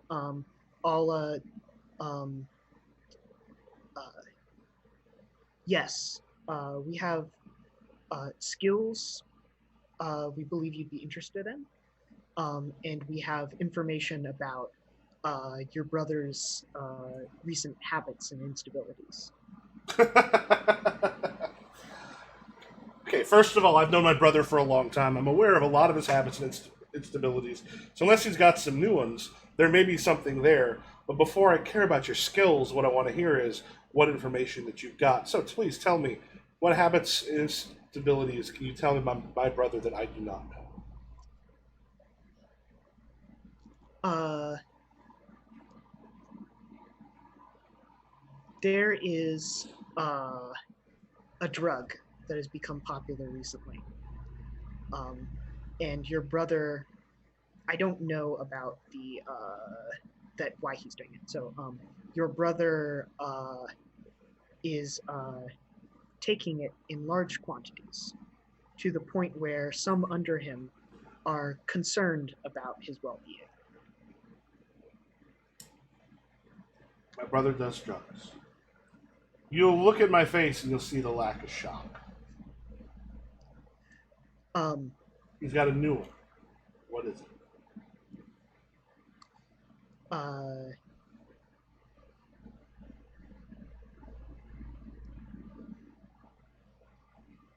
I'm trying to figure out what the most interesting thing would say be, because technically, from what Tomer said, I don't know anything about like the magic powers angle of That's this. true. I'm sorry. I said that's true. For a moment, I was going, yeah, but you were there when he's like, no, that wasn't you that was there. Yeah, We found out about that. And I mean, like we could. Yeah. So, basically, I'll put it this way.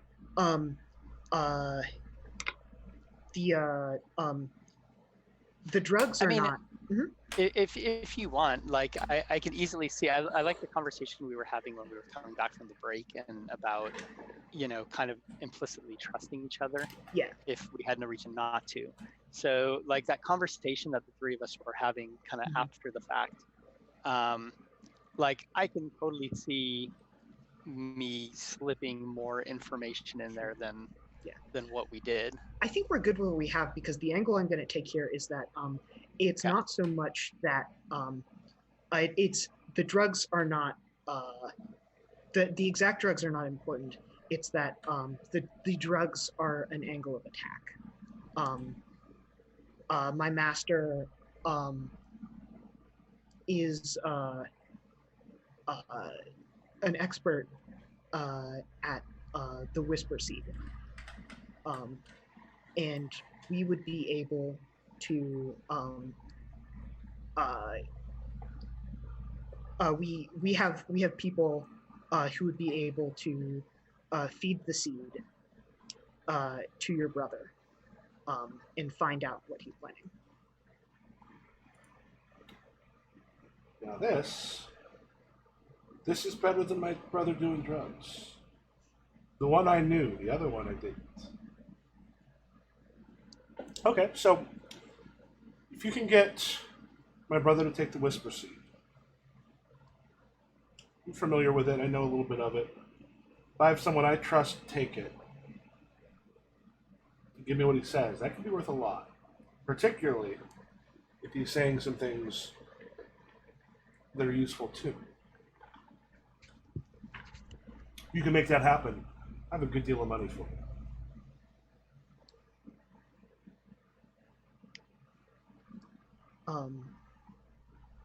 Yeah. I think maybe we'd ask for some of the money up front, but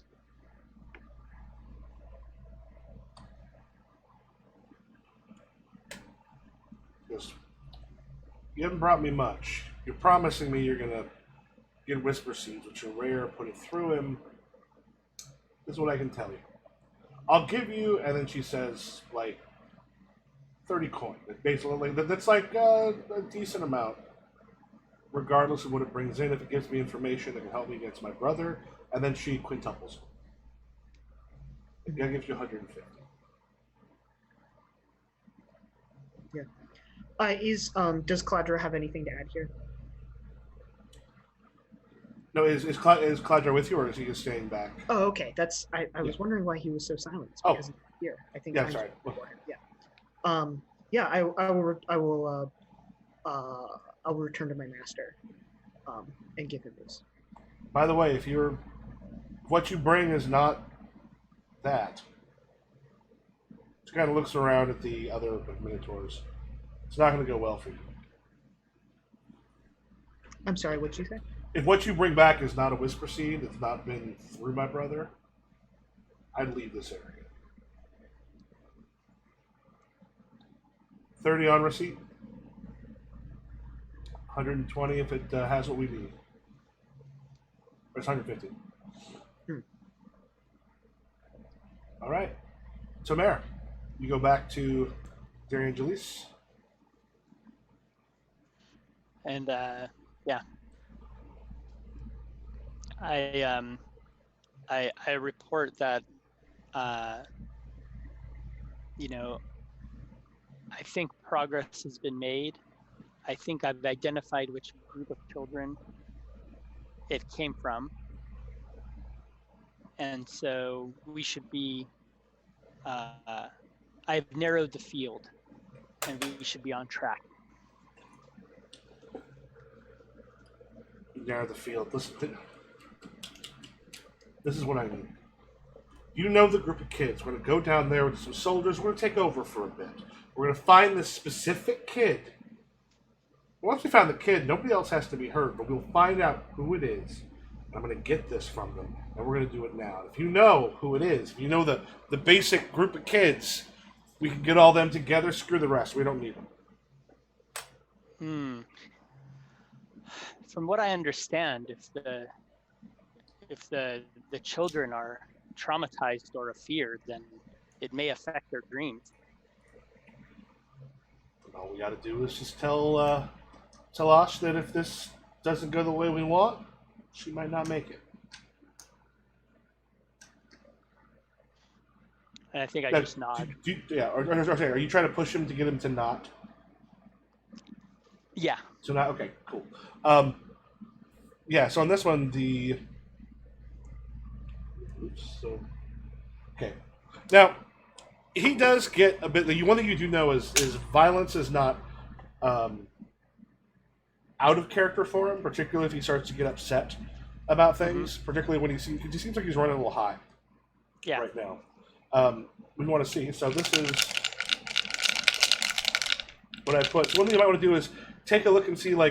So this has got at least one silence because he's got weird beliefs. There's going to be at least some no tokens in there.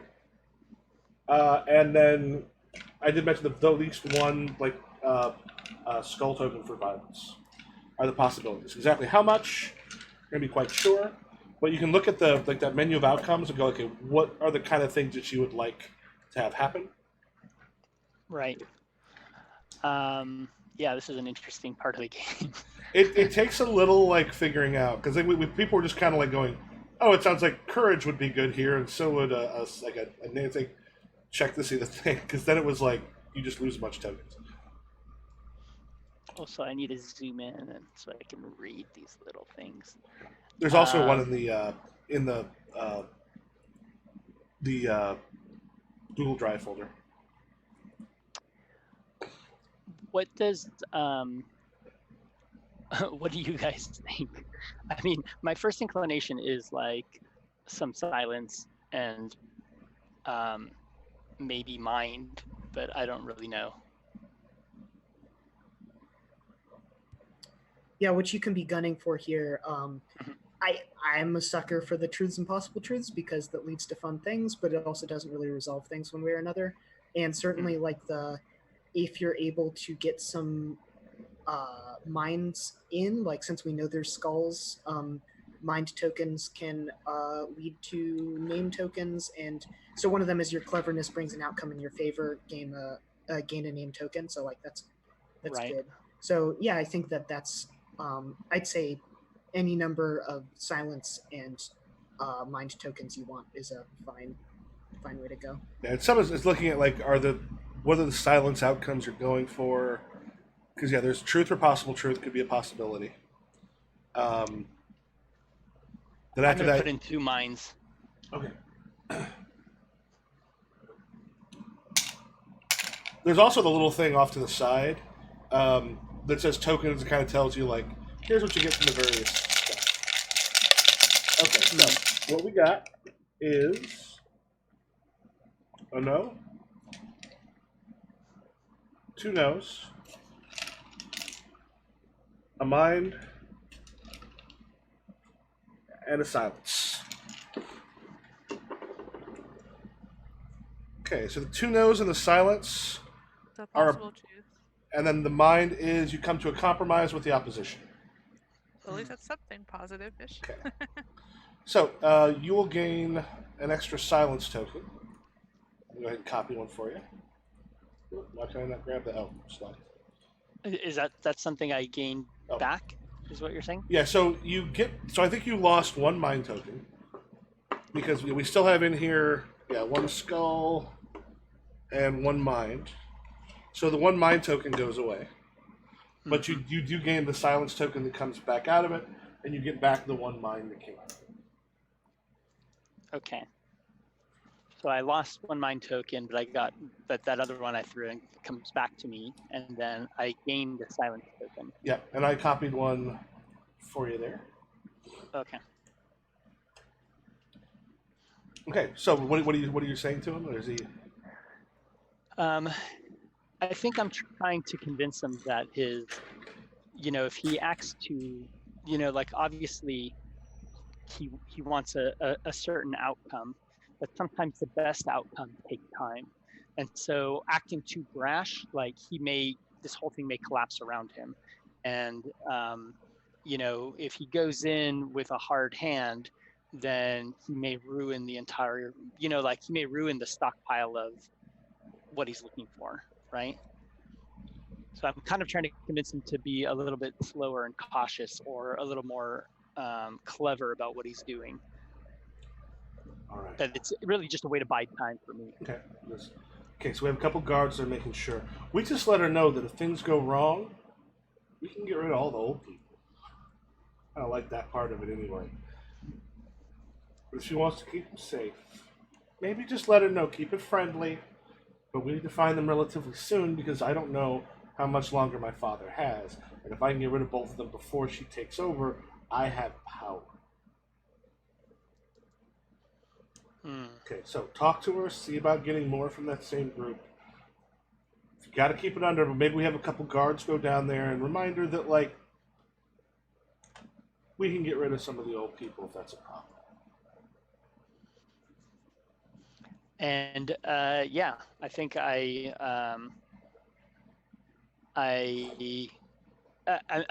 you think, is it possible for me to get intertwined with these guards that he wants to send over? So like, Well, yeah, he wants you, since you actually know the group, he's going to kind of put you in charge.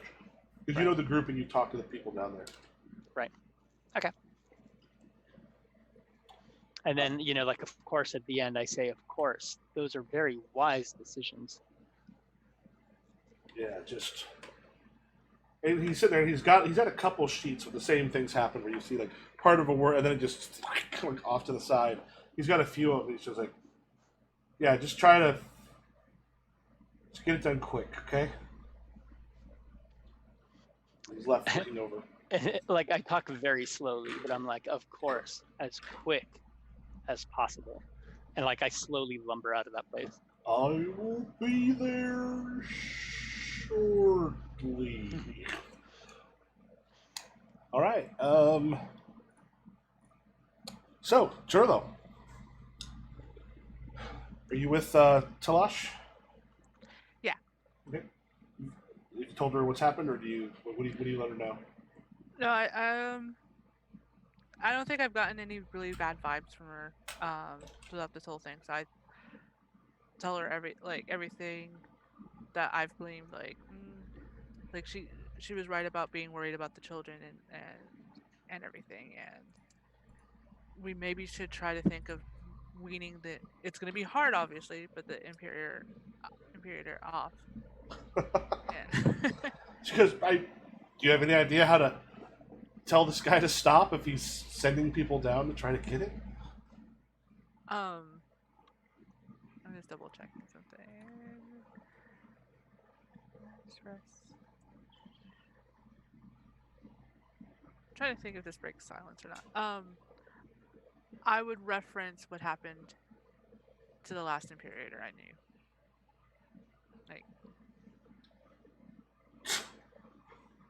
so I should just get a group of people who are not happy with him and murder him with all of his guards. His sister's been trying that. Oh God, I'd love to.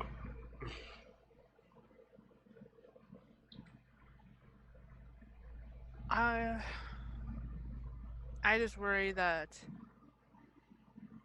I've seen other people with other types of addictions, and someone in power with an addiction who doesn't get what he wants acts irrationally. And we do have to worry about Hebiason mentioned who was after, right? The what? You're muted. Let's say I gave you the name. You could give- yeah. I didn't happen to mention it, but grease the wheels. Right. Paulson was the name. I don't know if he's actually going to be relevant anytime forward, but certainly. Right. But at least as far as Jerla knows, still a possible threat. So I would mention that. Yeah. Paulson? He's always been really nice to me. Maybe he's getting jealous. I mean, this is you are the only one doing this, and this is pretty lucrative, and you have the backings of the neighborhood. We were supposed to have dinner in a couple days. And he's trying to... I trust my source.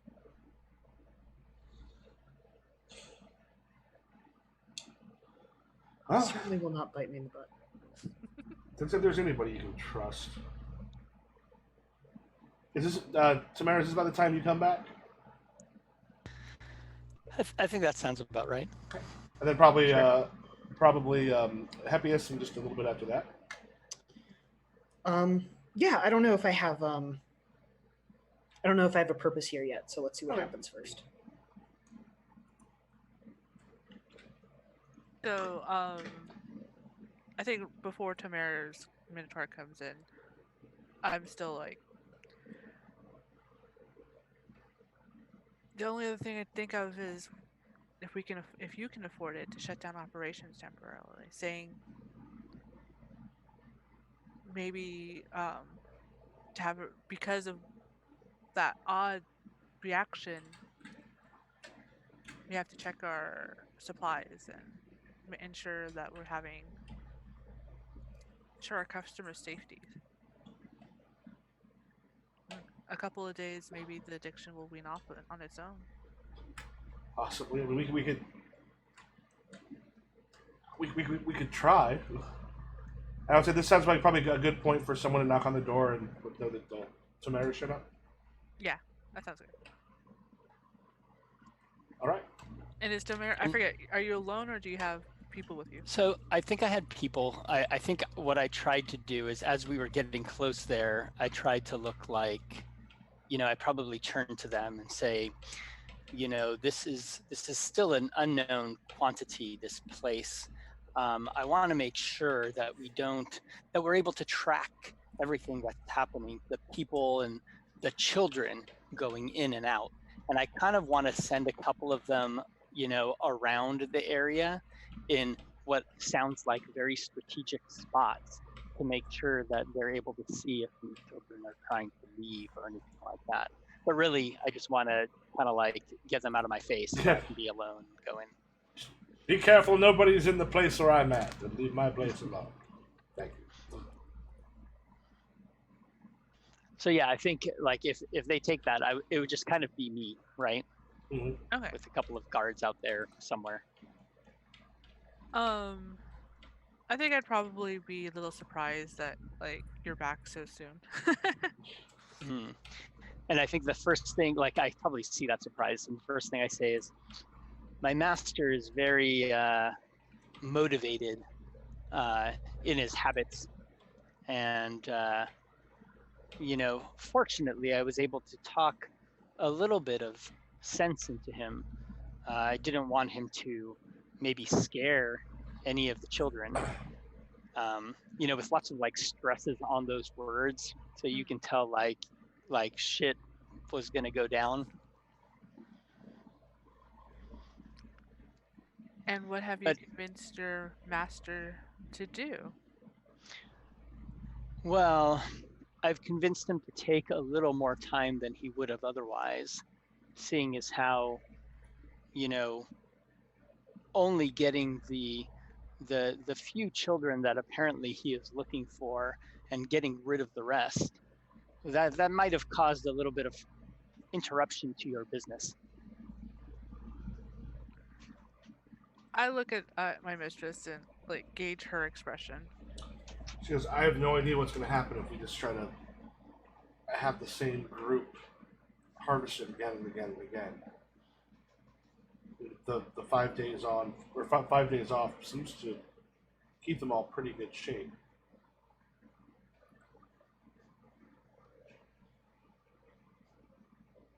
We might be able to get him one last supply, but since it seemed like the mistress was agreeable to the previous plan, we're gonna have to shut down for a time being. Hmm. We take safety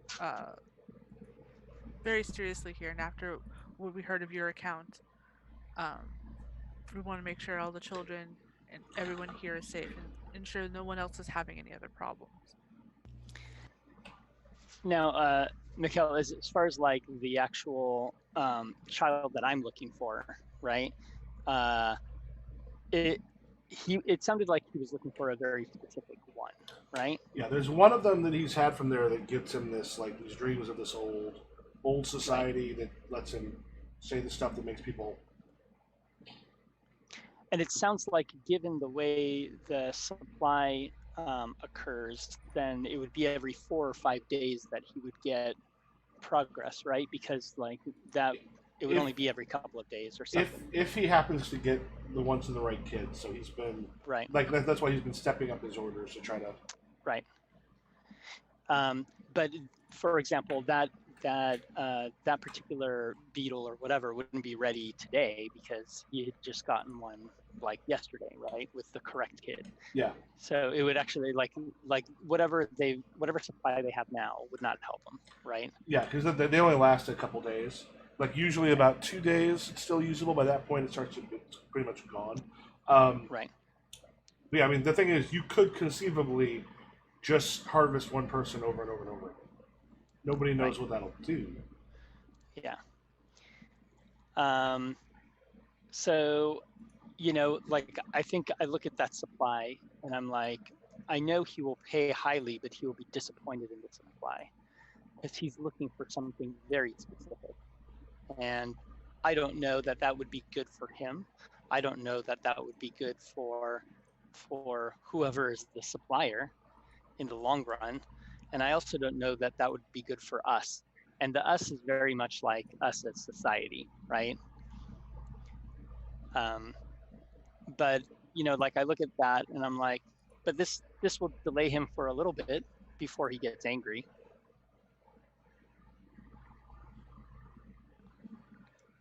I looked at the mistress for a second and then back at your character, and I think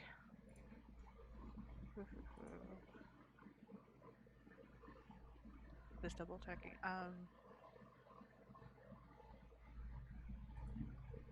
The problem is that yes, it would be nice to delay him a little further with dispatch, even if we do know it's not what he wants. However, we may not just. We might just cede business with him no matter how much the cost he offers. Is that seed supposed to be a big hint? Subconsciously, I think so. I mean, I presume I know what who Heppius works with, so. Right. And even if we haven't chatted about it, it's like. So yeah, like, do we want to?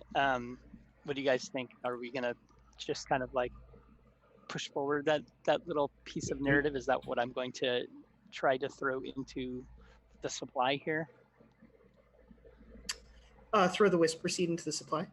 You want to cut to happiest getting the seeds, or? Yeah, I mean, I don't. The two routes I see are getting the whisper seed to your master, and crap, can't remember his name. Durangelis. Durangelis. Yeah, Durangelis. Yeah. Get the whisper seed to him, and also maybe try to find this particular child, because we also have this open question of like what is special about this child, and I'm interested in both of those. But yeah, I think that you hear maybe sounds of like a verbal altercation outside as Heppius is like fighting with one of your men, like trying to convince him to let me in. I love it. And maybe the two of us, you know, What do you like mean the business is closed? You don't work here. and you know, I look out and you know, I say, "Oh, stand down, stand down. Let's, you know, this may actually prove quite useful to our master." And you know, like motion you to come in. Yeah, guy looks at you and is like, "You're lucky. Go in." And I think like this might be a good place to kind of like exchange our goals, right? Like my goal is to take what you're providing, the seed, and take it to get it into my master's door. But you know, I'll leave you with finding the child or whatever, right? Yeah, Totally. now that it's a little bit more obvious, it's like, okay, it's a specific child. It's not just Right. general addiction to children, um, which sounds weird. Yeah. I'm definitely going to be a little bit more concerned about looking for the child. But yeah, like wanting to get the heat off of my mistress is definitely a thing. And since Happiest and I have been through a lot already, I was like, I implicitly trust Happiest. Like Happiest has a plan. Fantastic. But I would go outside with you, Tomer, but I would tell the mistress to stay inside. Like even though it is Happiest, the other your guard, your fellow guard Tomer makes me wary. Like yeah. And I think what I do is I look for like these are a bunch of beetles that basically we're purchasing, right? Mm-hmm. Well, And they usually like they want to bring the cage and stuff back because then they can reuse So a the bunch of beetles like tiny to a degree. cages. Yeah, right. the more they trust you, the fresher beetle you get. Yeah, I mean, if we can get that seed stuff into, you know, like if it makes sense that we're going to be able to put it into one of the beetles, like somehow. What I'd like to maybe ask is, Yeah. can I, Mikhail, can I use my two name tokens to have Caladro be used as the fill-in scribe, since the last guy got knocked unconscious, and have Caladro deal with feeding him the seed? Okay. Yeah. Yeah, you can. That's really interesting. Yeah. Is there any part of that we want to play out or talk about more, or can we just let that? Oh, we can kind of like hand wave it. Like you play the stuff, you let him know, and he's able to go in and because he's able to talk to the I scribe. think there's like little stuff, right? Like I'm definitely choosing the beetle that looks like the most interesting and going like, oh, we think this is the one, right? And maybe visually it's just like enticing in that way, right? So like little things like that. It also lets us do like that what's the director of Shaun of the Dead and Scott Pilgrim? Simon Pegg is one of those people. Well, he's the actor, but anyway, Edgar Wright. Those Edgar Wright kind of smash cuts to we just need someone to get in the thing. You just sort of turn, Caladro looks up, you see him next to the thing with the seed, and then like digging through a pot, then picking up like he's got like a single seed, and then bringing it back and then handing it to you. You don't want to know how I got that. Cool. Yeah. And then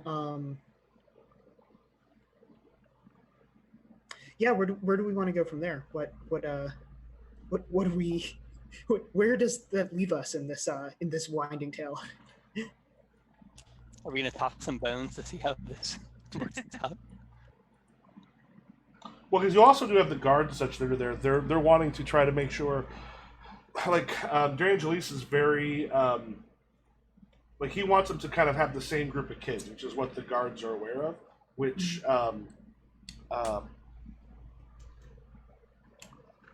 Talash is very much trying not to make happen because she doesn't know what it'll do. And so one of the guards is like in our group right now, in the area space right now. So since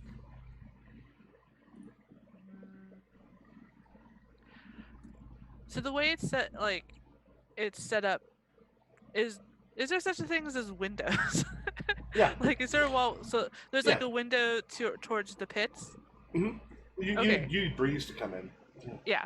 So what I would do, I would do it towards Tamara's Minotaur, but like hopefully get the interest of the guard that's there with him, and like point out towards a vague group, just a random group was like, oh, there's a couple of kids over there where you can't really tell like specifically who they are, just that they're kids. It's like, Hmm. yes, we the group that you wanted, they're there, they're just finishing up, and we have this batch here, and present the caged beetles. Okay. So hopefully plant that seed of like, oh, okay, like So wait, so you're what were you doing with the window again? Remind me. pointing pointing through the window a random group of kids that's far enough away, instead of like where with Tomer I brought him down into the pits. I'm not going to do that with the guards Okay. because then I don't want them to remember a face. Yeah. Some of the guards are like, we're supposed to. Like, one of the guards in particular is like, we're supposed to make sure that we get the same group of kids, so we can find that we can narrow down which one we're looking for. Yes, your Minotaur here, brother Minotaur. I go to Tomer. Explained that to us the last time he came, and it took us some time to uh, to narrow it down. But we have, and that's the group over there that we're using. And this is the supply we have for now. We can only do so much in a day. Okay. So one of them calls to you, Tomer. It's like, all right, so we make sure nobody else who's not in this group doesn't get through. But don't be careful we don't do any harm to any of them. If for some reason more than one is capable of doing what our master needs, it would be a shame if one of us was responsible for damaging the supply.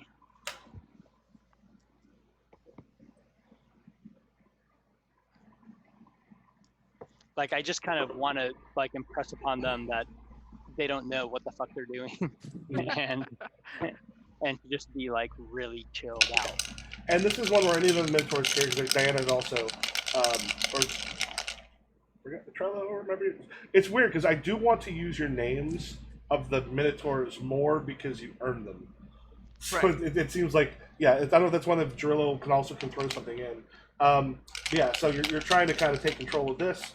They all don't want to have to spend however many days watching a bunch of kids sleep with beetles on their faces. Right.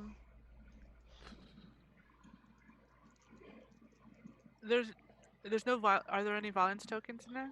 Probably not, because at this point, I mean, because especially with Tomer, since you're the one kind of probably taking the lead, this is what we're gonna do.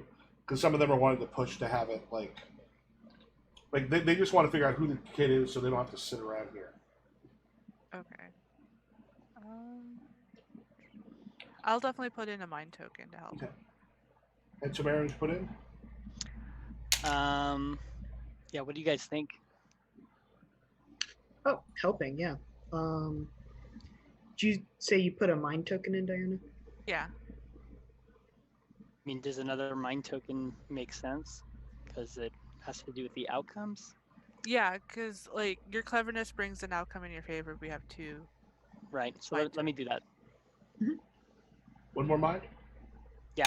Okay. Do you want to slide those in? Another thing is what you're also able to do then is anyone who put it in, you do two things. One, you decide who gets what tokens back, and then if there are more than one consequence, like more than one of the things pop up, you can decide who gets what. It costs a name token to put a bad consequence onto a GM character.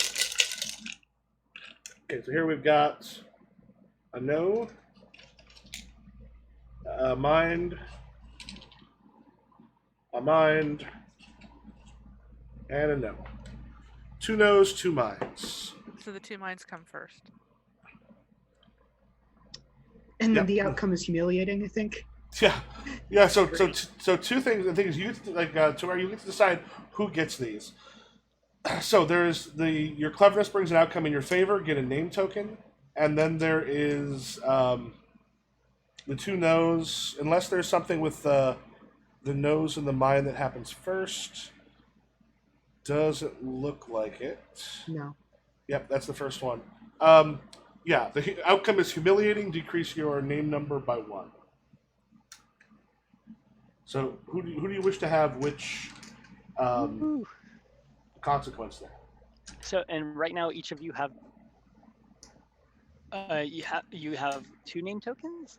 I used my 2. I have used 4. mine- I have And 4 name tokens, but the number Okay. is the important thing. I'm only at 1. yeah, and then Diana was the one who put in, so it's between the two of you as far as the consequences go. I don't know. What would be the most interesting? Also, keep in mind, I'm not going to play next week, probably. Sure. Yeah, just give it to Diana. It's fine. Feel free to min max. Yeah. Yeah. Oh, from that one, if you get the embarrassing part of it, then she gets the cleverness. Because Yeah. your name number can't go below 0. Sure. So it just would remain 0 for you. Right. She would actually get another name token because her cleverness. Yeah, so we can kind of do that. One of them's like, and by the way, these 2 come back. You get to decide which of you, if one of you gets both of them, or each of you get one back. However you want to do that. That's your decision, Tamer. Yeah, let's just say each of us gets one. One of the guards kind of comes up to you, Tomer, and is like, "Listen, I don't plan on being here very long watching a bunch of kids sleep. So we're going to get this thing from them, and we're going to get it here soon. So we just get these kids, mark them somehow, have them try as much of that shit as possible until we find the right one.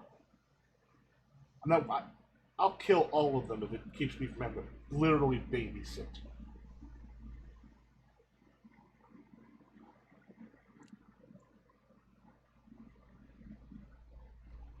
Do you or Diana same thing at this point? Because now it's continuing from. Yeah, I'm waiting for Tamer's to say something first. Yeah, I don't know. Hold on. I also have a very loud helicopter overhead, so I'm trying to mute for a second.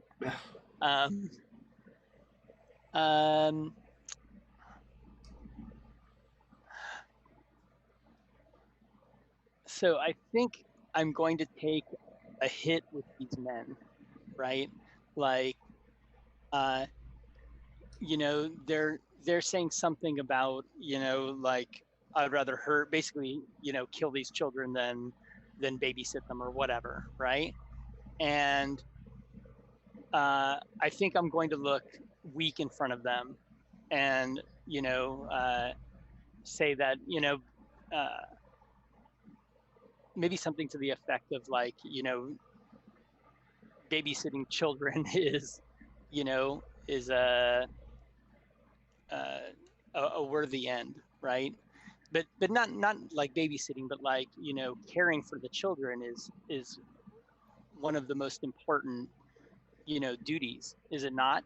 And like it seems like I'm kind of stupid, or I don't quite get it, and like I think they're just gonna be like, this guy's not somebody to take serious, right? Right. And I think with the cleverness thing is that when after you say that, I'm like, besides, whose head do you think it will be on the platter when you decide to kill all the children and your master does not get any more with what he requested? Kind of narrows his eyes a bit. Fine. We want to find them soon, though. Happiest, do we want to go to you with Ramiel? Yeah, totally. Okay. So after the seed has been delivered to her, and you're supposed to meet with her. Like, there's a couple guards that are kind of like hanging around the room. There's a small table in it. As she walks in, someone throws something over your shoulder, and the bag of coins that hits the table in front of you is significant. Ramiel just kind of comes down and takes a seat and goes, "Did you know what he was planning?"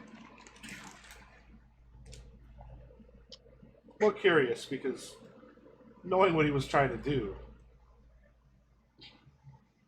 is going to be useful. So I haven't given them the seed yet, right?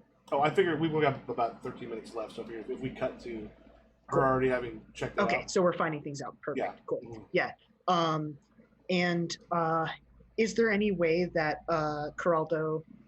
I think Geraldo probably knows some tricks, so maybe he was able to get a little bit Yeah. ahead of time. But uh,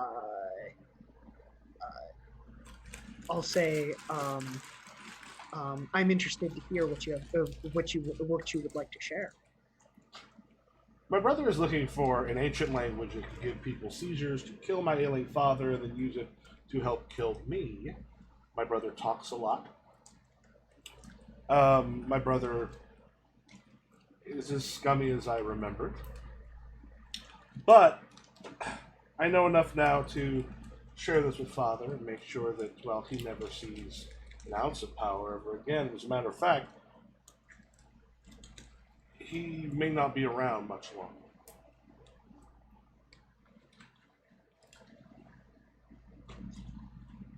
And where does that leave you? That leaves me in the position I was honestly in before, but just with one less enemy. Hmm. It also has me wondering if this thing he was talking about was true. Is there a secret word you can use to make people have spasms? Could be useful. I break silence, and I mean, yeah, I'll just say I will make sure that you do not find the answer to that question. And part of me thinking, like, that's a good place to leave it for next time, because then I won't have Tomer with this, but it sounds like then what happens next after that would be pretty good. That's like a good ending place? Next session is the disappearance of Hephaestus. And Or- that's what we have to figure out. Where'd he go? I don't know. Yeah, totally. I mean, if you want to leave it like a cliffhanger right there, like that's fine with me. Okay. Yeah, we didn't get any resolution on the finding the child, but I don't know if we'll do that later. So, Yeah, that might be something that happens next time. do we want to like? Oh, So, the final Tomir, you're not here next time, right? No, I don't think Yeah. I'll be able to do it. Do we need to have any like closure for your Minotaur, or what do you think? We could cut to like some little epilogue. I mean, I think that could actually like- partly be there is a final scene at the end. Yeah, of course. There's a of course. final scene at the end of each session where nameless Minotaurs that are somewhere in the city are talking about what had happened. And it's one of those things where if they discuss the player character's thing, they get, is it a name token or a name number? If you've lost silence, and then if you have 2 or less silence, then you gain a name number. Yeah, then your name number goes up by 1. How many silences does everybody have? I have 4. Or 2. 2? Yeah. I'm actually, I was kind of tracking it. I think I have 4. Yeah. Yeah, you still have Okay. You got that extra one from the one. Yeah. Yeah, so in this case, they talk about your storylines, since all 3 of your storylines came together, you probably look at Elias getting another name number. Yeah. Yeah, you do sort of an epilogue where it's 3 Minotaurs are talking about it and kind of discussing civical cultural issues related to the storyline of the Minotaurs. Can also kind of say a little bit maybe, but what happened afterwards in the immediate outcome. Mm. Okay. So we have, say maybe a couple Minotaur who are working with fishing nets. Yeah. One of the rivers.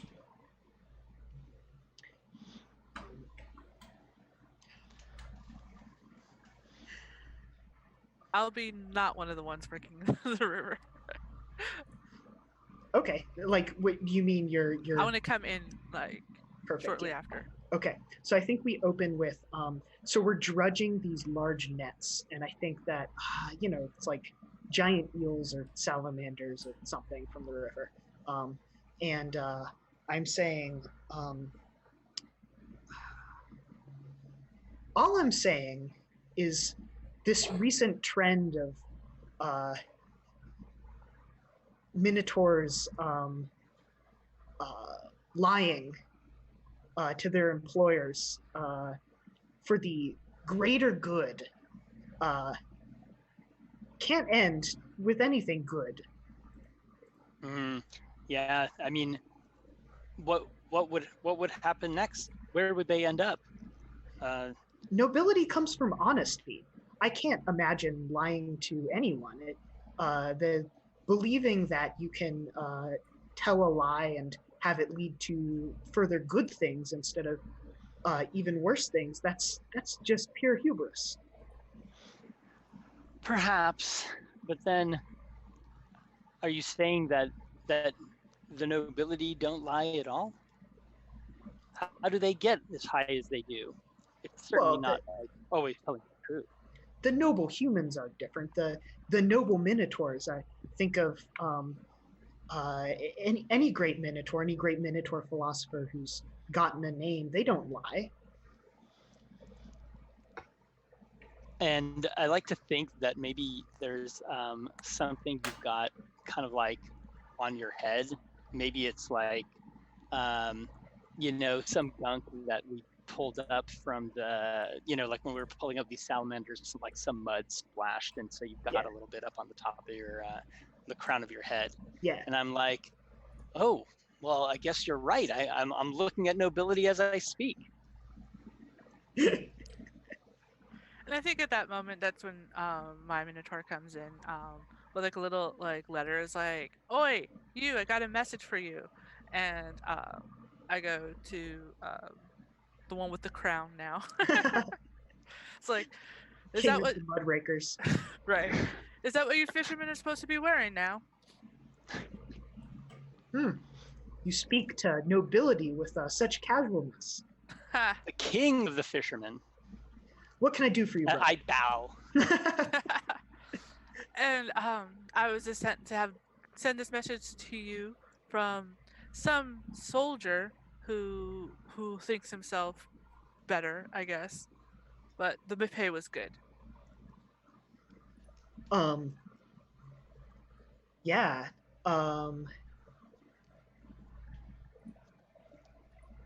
Do you want to give expose for that, or like how do you want to leverage that? Because I know where you're going with that, but I don't know. No, it was just like the seed of an idea. Of Yeah, like, totally. Yeah. So yeah. So we'll. I think we look over the letter, and it's from it's from our friend from this session, of course, right? And yeah, Tomer, where do you think you ended up? I think it's going to be something like, maybe the work didn't end up as lucrative as I thought. Perhaps a job at the docks for a few weeks would hold me over to the next thing. Yeah, I think that's a very common message sent between minotaurs. And yeah, say my friend here, he was mixed up with the shining scarab. Just what I'm saying. oof, I don't want to have that bad luck touched on me. Well, but now look at him. Now he gets to work for the king. Oh yes, all hail the king. But this tricky thing with that Imperator, it seems like certain Minotaurs lately, it's not good if we're all considered bad luck to the next Imperator. Well,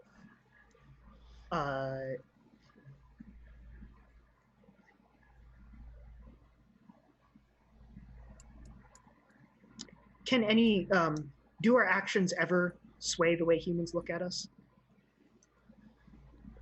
Only for the ones who are fools to fall in love. But even then, society will sway them back. But hey, you're the king now. Maybe you can change that. I kind of like that. I don't know. I kind of like that as an ending. Yeah, that sounds great. Okay. Yeah, that sounds like great. That touched on your storyline, which would give you up the name token Yeah, or and name number rather. I mean, yeah, we know that Jarilo doesn't get a name token because of the silence, but I like the callback to the idea of love. Mhm. So it's Yeah. but cool.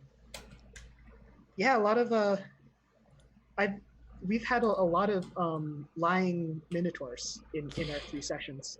I And don't know yet how common that is. we're not breaking silence that often. Yeah, I don't know. It's weird because like you're listening to the role playing game and stuff, and it's hard to remember. So, wait, should I be looking for breaking silence? Unless some of those get like big. So Yeah, we tend to just go for the big ones, but So Tamara, what did you think?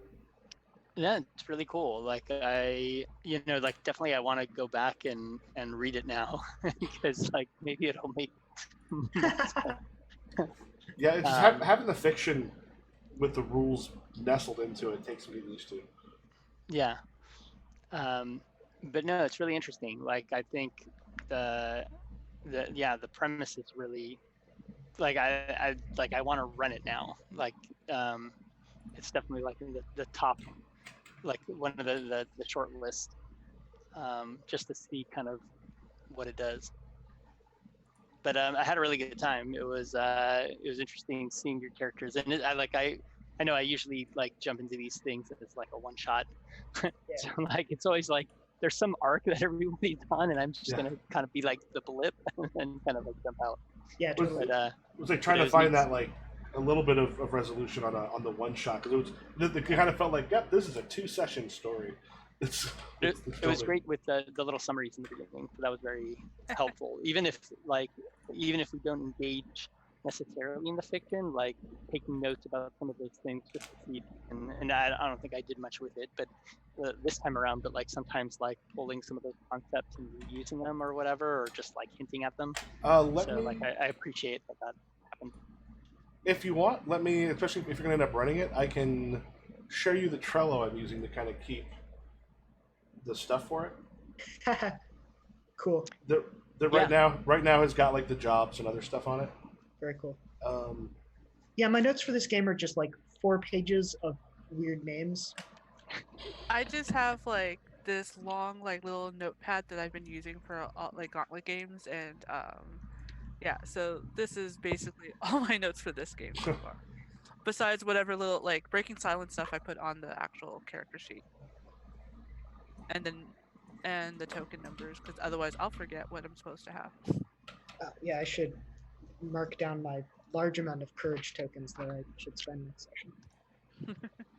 you're probably pushing that stuff a little bit more next time too. I'll also send you. I've also done up a little bit more in depth prep for a few things. Let me. But yeah, also Tomer, so you know, we had Michael change the icons, because for some reason in the text, like the regular tokens are a certain type of icon, and then whenever it's referenced in the book, it's a different icon. Oh, So that was confusing us consistently. So he changed okay. it so that the tokens looked like the creator outcomes. Hmm. I'll 'Cause- also throw that onto the Roll20 drive. yeah, because the life token here, it's what happened to my life? Oh, yeah, here it's like a guy holding a sword, but in the iconography in the book, it's like a blood droplet or something, and it's like Hmm. They're related, kind of. Yeah, well, it's in the other one, but it's like because you got the hand holding the sword, but there's a cut across the arm, and that is just the cut with the blood drops. Mm-hmm. So all the stuff is sort of on there. It's just particularly when it's relatively small, it's kind of hard to see. yeah. But definitely playing this more and more, I'm starting to understand. Like the first session, I had no idea what to throw in tokens wise. I was like, wait, what? Yeah. But it's definitely gotten easier, and I was like, okay, I know how to strategize a bit better.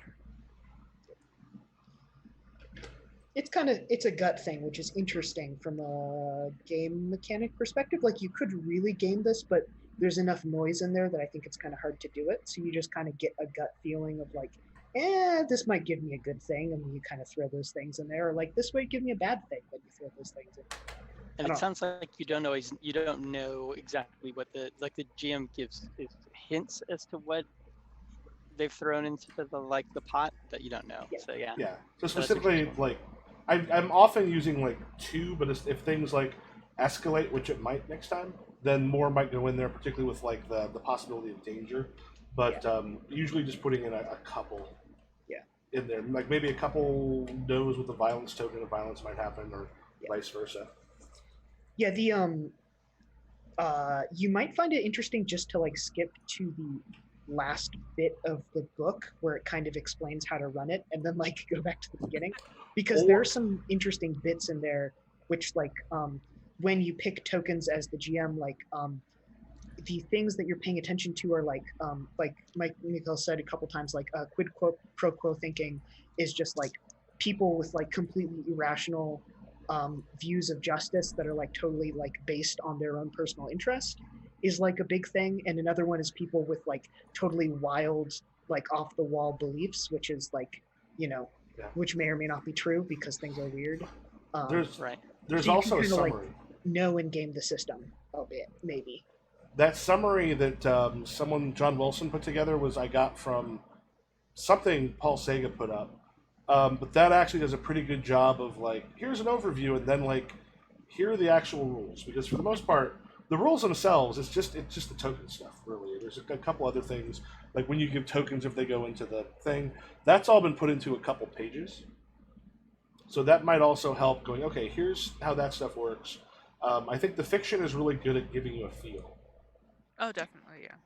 I will say that like the other game I've played that felt kind of like this and also kind of very confusing like this is like Swords Without Master. Like you played that? Like also like it feels like you're playing in a weird art piece that I'm trying to figure out how it works and I don't really know. Yeah. The story's always rad. It's just like I kind of love the concept of the ending scene being this like the Nameless Minotaur scene is such like a weird art piece kind of thing, and it does feel it has that kind of like odd literary quality that Swords has, where certain things in Swords are just not really justified, just kind of like, now you do this thing. Because Swords is exactly like that, because you like write up your motifs and things like that. And the game ends when you've like collected a certain number of motifs, and it feels like this like very like arcane, arbitrary kind of thing. So it feels the same in this game, where it like feels important, but you're not quite sure why. Yeah. This means something. I just realized not very many games incorporate something like that, like the like having the epilogue with the Nameless Minotaurs.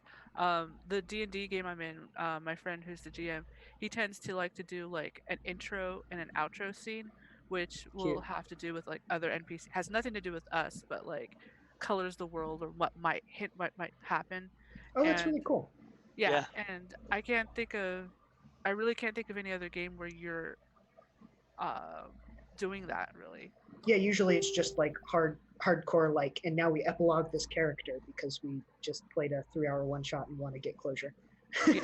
Yeah, for the Slings and Arrows game I'm working on, I'm putting in a specific pillow scenes at times, where like one gives a GM a little bit of time to do what they have to do for the flipping of the stuff, but also like because the player characters don't necessarily have a lot of time together outside the play, but it's like the actors going to get a drink at the bar after a rehearsal, so they're all able to sit down. It gives them some time to process kind of what happened, and it gives some ideas to the GM for, okay, how does this flow into the next group of things.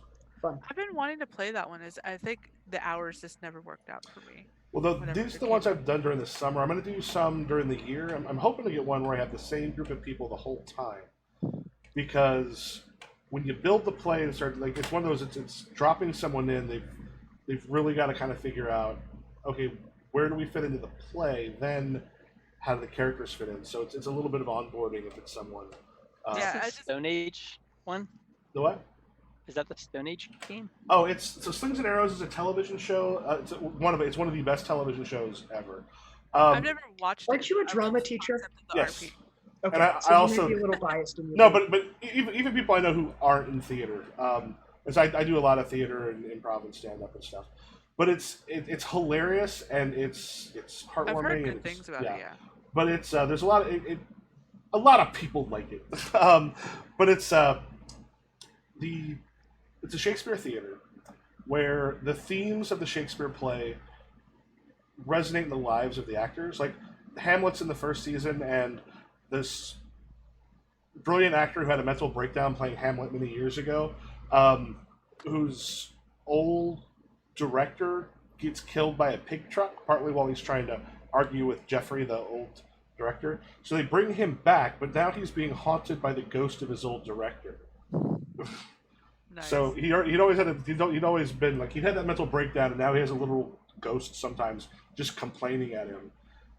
And he's there with like his ex-girlfriend as a part of the cast and all these other things. Like the season with Romeo and Juliet, the actors are told that they're literally dressed as chess pieces in cages. And they're never supposed to look at each other, and they're never like, it's supposed to be flat and emotional. This is a post-romantic thing. Do this whole thing, and so like they sneak away to talk to Geoffrey. They're like, we love this play. It's so beautiful. I'm gonna say these words, and it sucks, and it's awful. So he's like teaching them a little bit, like doing some directing, like Friar Lawrence, like behind the back of the other person. Like it's so you create the play in one. Like you do an act of the play, you create it in the game. Then those themes are transformed so that you stake a relationship.